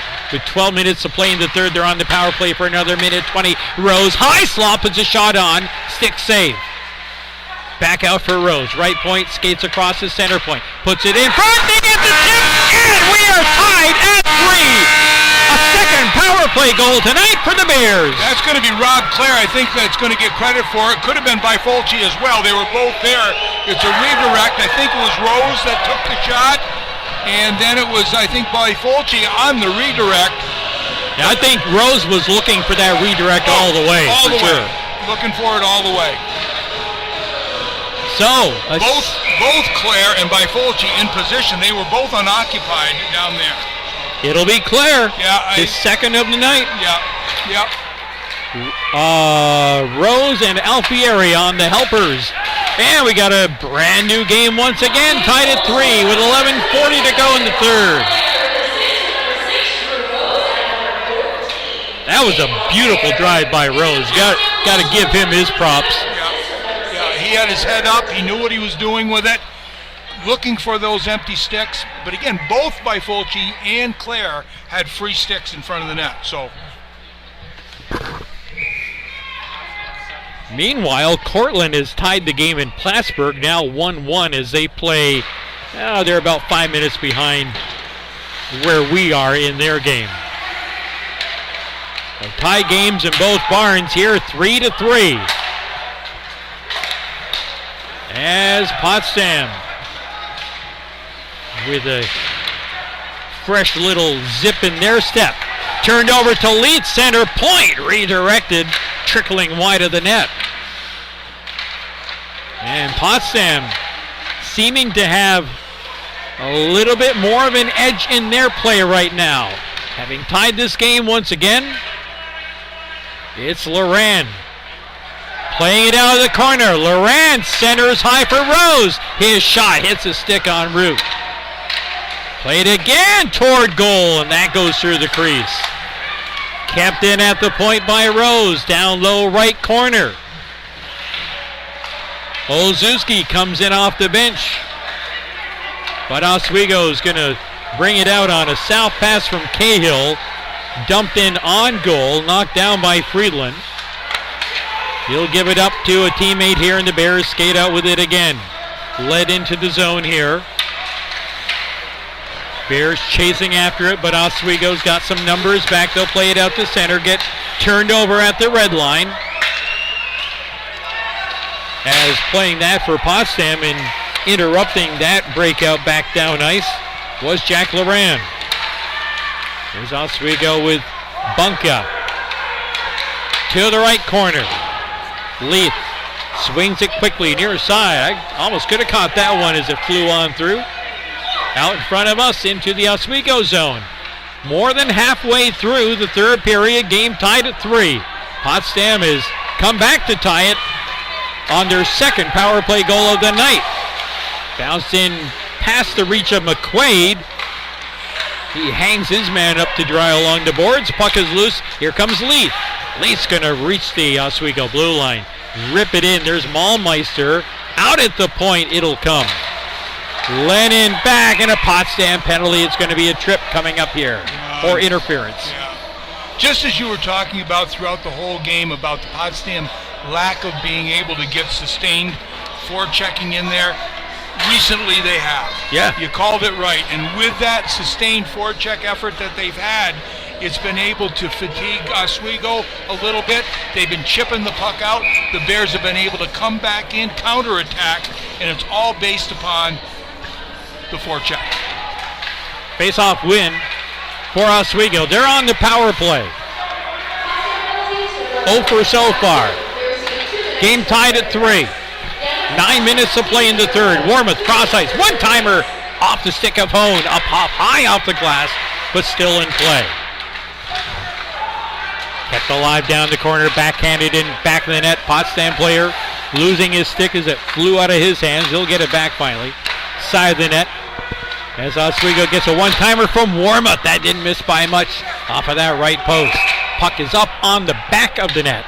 That'll draw the face-off with 8:41 to go in the third. 1:26 remaining in Oswego's power play. Bears doing a pretty good job. They're being a little aggressive on that penalty kill. I like that. They're forcing the play. They're pressuring the puck on the pass, not sitting back into a controlled box, letting Oswego set up. You're better off trying to pressure these guys. They're too skillful to give them too much time with the puck. Face-off win for Oswego. Official Hansen wipes out. He's slow to get up. And play will be whistled as he landed hard, I think, on his right hip, perhaps. Maybe landed right on his own wrist. Just taking a look. He's just taking a break here to see where he got it. Stretching that out. Went down on his arm. He went down awkwardly there, so it looks like he's trying to move his shoulders. They got to move the face-off out of the zone. You cannot blow the whistle dead. You cannot do that. That's got to come out. So he looks to be okay. He may have just gotten his funny bone on that left elbow. I don't like this call. No. Why should Oswego get a offensive zone face-off? They should not. Only because they're on the power play, perhaps? I don't know. It's got to come out here. There. That made me feel good. They're not going to listen to me, though. They're not listening to you.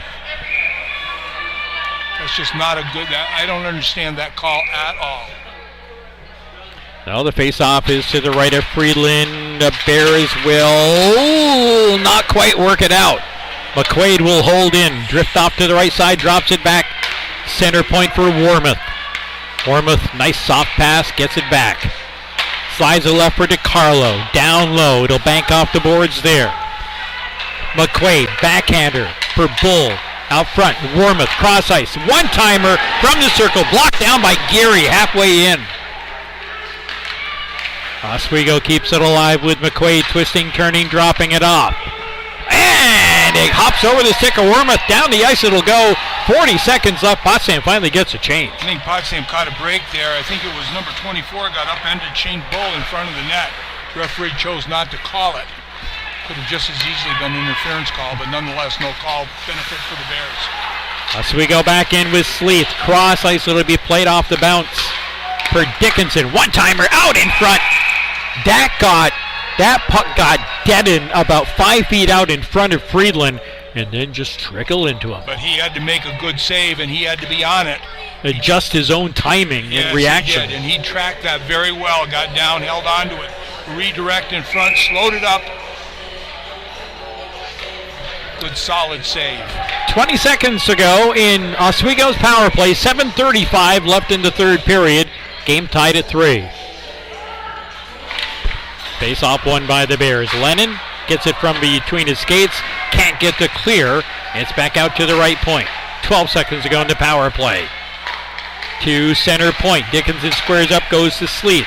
Sleeth skates in, looking for an opening. Puts it out in front. Hit his own man.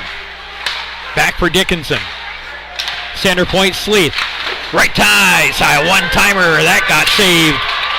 Off into the corner by Friedland. Back to 5-on-5, and the puck is out to center ice. Bears kill off another Oswego power play.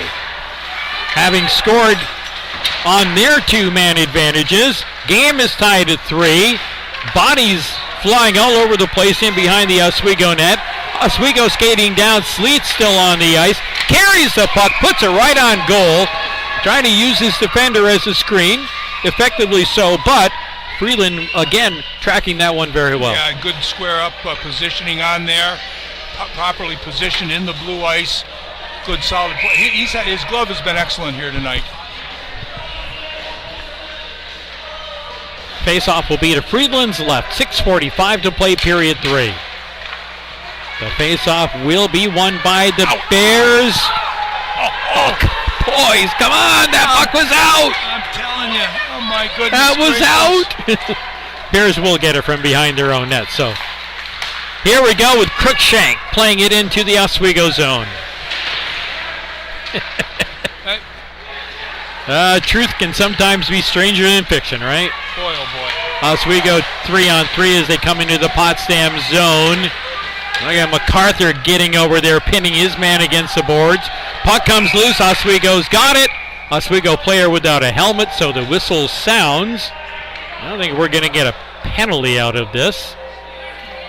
But I think They want one, that's are for the sure. officials compelled to blow the whistle as soon as a helmet comes off? Yes. Yeah. 3-3 tie here with 6:08 to go in the third. 1-1 tie still over in Plattsburgh. Cortland and the Cardinals with 11 plus to go in that game. Potsdam stopped up cold at the Oswego blue line. Back into the Potsdam zone. Lennon first to it for Potsdam. Nice little pass there. Secondary pass with some help. The Bears are through center ice. Flicked in here. Bears will give chase. Canal, Geary, Lennon, Olszewski. And it's got to be Perron covered up there by 3 different Lakers down there in the corner. Got to be him. Trying to shake that one who's just riding his back, holding him up, interfering with him. He's asking for a penalty, not going to get one. Bears sweep it in. Clear the zone and change up lines here. It's 5:12 to play. Hone working in there on the forecheck. Bears almost free up the puck for themselves, but Oswego will play it in toward the Potsdam goal with 5 minutes now to play in the third. 3-3 your score. The only goal this period, a Potsdam power play goal to tie the game at 3. Save by Friedland. And another really good save by Freeland. Looking right in front was Connor Sleeth was standing all alone in front of him. But he got a good look at it. Actually, Sleeth was off to what would be his left and was looking more for a rebound than a screen there. But Freeland with a nice save. Nice face-off win for the Bears. Crookshank hit center ice, flicks it. This is going to come in all the way on net. And instead of covering it up, Perra opts to play it off into the corner. Now, probably in hindsight, the right decision there, as Oswego was trying to generate a break up the middle after all that at the other end. And now we are at center ice. Both teams changing. Oswego into the Potsdam zone. Bears break that up, turn it back the other direction. They'll lift it into the Oswego zone. No icing there. Mahlmeister is after it. Bears will play it from the left circle. Try to anyway. As Mahlmeister gets hit pretty hard into the boards. He's not getting up as the puck comes into Perra in goal. He will hold on as Mahlmeister took a shot lower back, it looks like. He certainly is pointing to his lower back here. Trainer coming out. There have been some awkward hits put on here tonight. Yeah, there has. No? There's been some, and they're questionable whether they can be called or not. My eye was not on that. I was following the puck. Did you think that was a penalty or not? I didn't think it was a penalty, Okay. but if anything, perhaps interference. But I'm thinking back to a couple of moments before that in that same spot, and just a lot of wrestling going on. And when six get involved, that's when it can get pretty dangerous. Yeah, he's certainly pointing towards that back. 4 minutes exactly on the third period clock. 3-3 the score between Potsdam and Oswego. Good hockey game here tonight. It's had a little bit of everything. It's had some power play goals. It's had some heavy hits. It's been a physical game. Yet not a lot of penalties.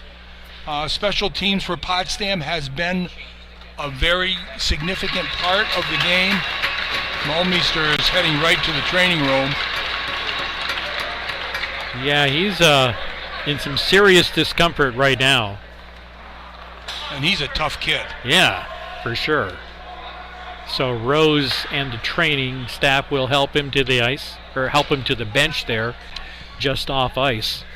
We're talking just a bit about it. So far, the Bears, the difference in the game so far has been the special teams for the Bears. 2 power play markers and killing off the opportunities for Oswego when they've had the power play. So an important aspect of the game that the Bears have been successful at here tonight. A technically sound game tonight for the Bears. All right, so back to 5-on-5 action. Under 4 to play. Game tied at 3 here in the third. Into the Oswego defensive zone. Can the Bears hold the zone? No, they cannot. Not this time anyway. As now they're going to meet the puck. Here's Loran skating in strong. Loran onside with Bloom. Puck goes down into the corner. We have an Oswego penalty coming up here. Bears will pull Friedland for the extra attacker. Shot wide of the mark. It'll get touched up off the carom. And Potsdam back on the power play where they are 2 for 2 tonight. It's going to be a hooking call on the Oswego hockey player. That's going to be number 16, Andriaki, going off on the hook. 3:28 to go in this third period. Power play opportunity for the Bears. Face-off will come to the left of Perron. One by the Bears cannot maintain the zone. Rose will reset. Potsdam on the man advantage. Cross ice by Fulci, who has certainly proven to be, along with Rob Craig. Oh, mercy. I'm telling you, holy macaroni. Friedland's caught straying. And a simple dump in is in the net with a shorthanded goal. Oh, my. Second my. in as many nights given up by the Bears. Oh, my. That was a goal that came from probably, I'm going to say, 185 feet maybe. 185 feet, shorthanded goal. They just tried to ice it. Friedland tried to take it in full stride and just throw it up the ice. Connor Sleeth, there you go. We've sung his praises here tonight. Now Potsdam has got to recover once again. We're down to 1:15 to go in the Potsdam power play. 2:40 in the game. And Potsdam trailing 4-3. Boy, if you could see through Friedland's mask, no doubt you'd see a beat red face right now. Well, Potsdam carries in, right out in front, jamming side of the net. Had a great opportunity, but whoever was down there just could not release that shot from the best angle. Back out to center ice. Bears will play it again. 50 seconds to go in the Potsdam power play. Having given up the shorthanded goal, Oswego leads 4-3. Leith cross ice. Back for Leith. Center point. Blast one in. Cut off part way by one of his own men. That one smarted too.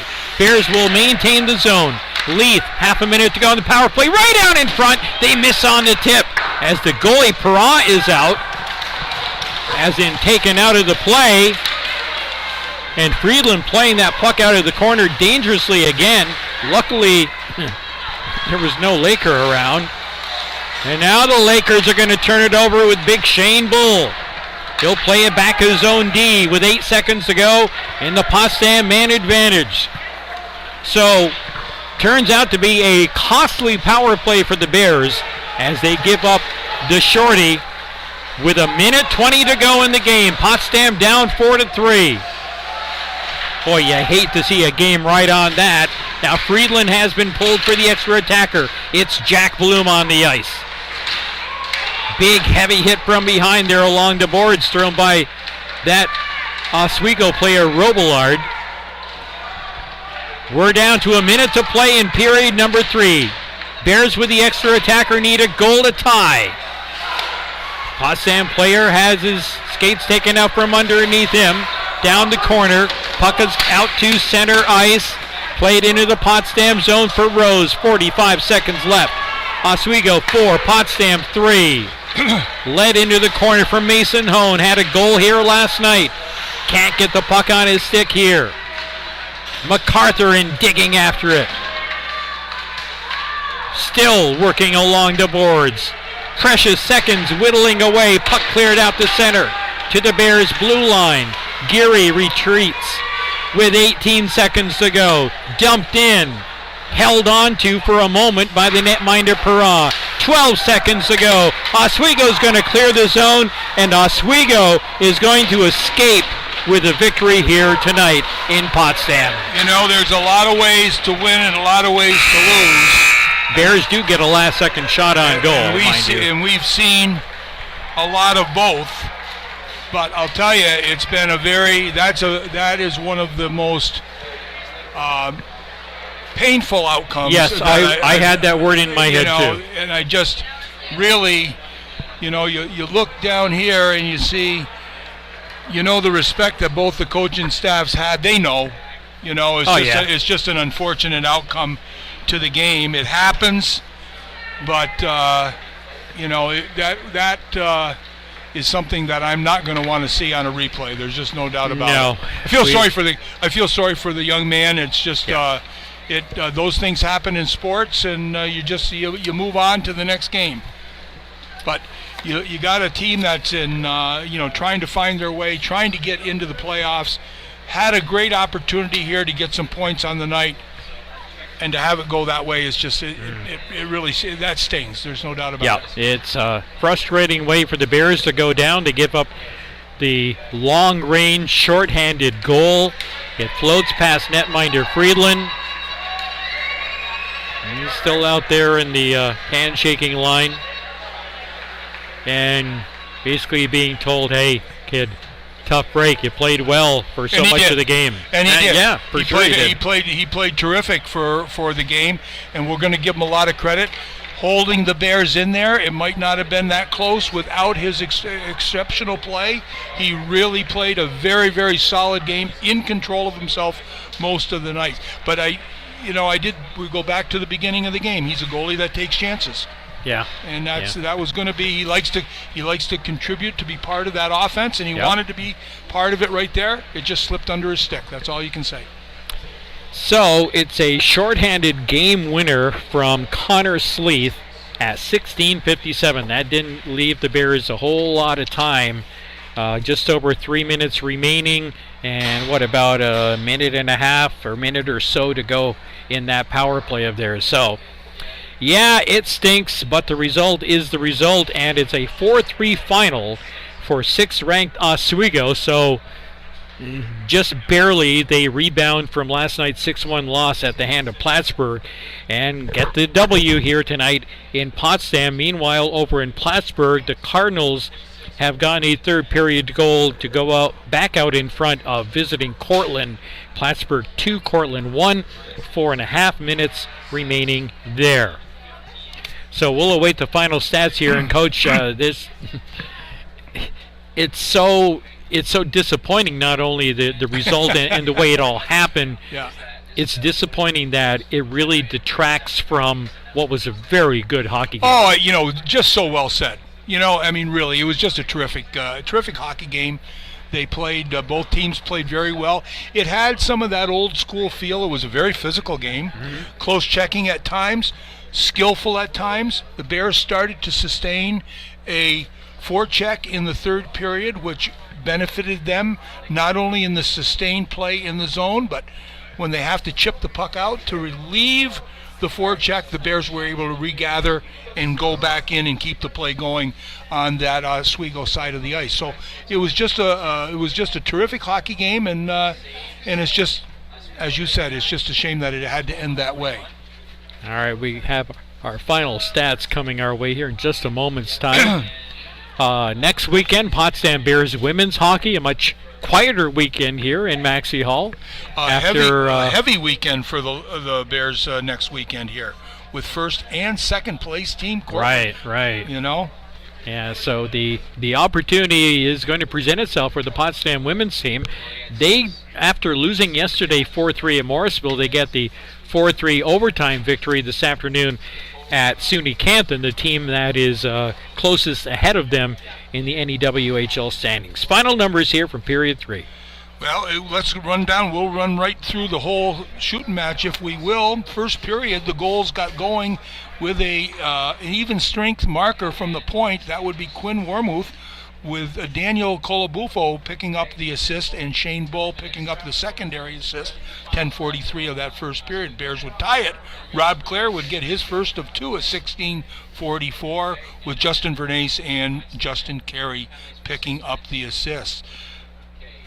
In the second period, the Bears would take the lead with a power play marker from Josh Bafolchi, Drew Rose, and Connor Cruikshank picking up the assist. That came at 6:30 of the first period. But then the Lakers would get two goals in about 37 seconds. 16:08, Jackson Arcan from Noah Bull and Ryan Bunka. And then at 16:43 from Karna Grado, and he would get that even strength marker from DeCarlo and Cahill, and that's how the second period would end. But Rob Clare would get his second power play marker, and that would come at 8:11 of the third period. Drew Rose, Nick Alfieri picking up the assist. The game was tied at that point. But then it was 16:57, the shorthanded marker from Connor Sleeth, with Quinn Wormuth picking up the assist on that goal. The Bears would outshoot the Lakers in the third period, 10-6, in game totals, with Lakers outshooting the Bears 31-24. And I'm just looking here. I'm not seeing where the penalties are, if you're seeing those. Out there, top of page 2. Oh, right up there.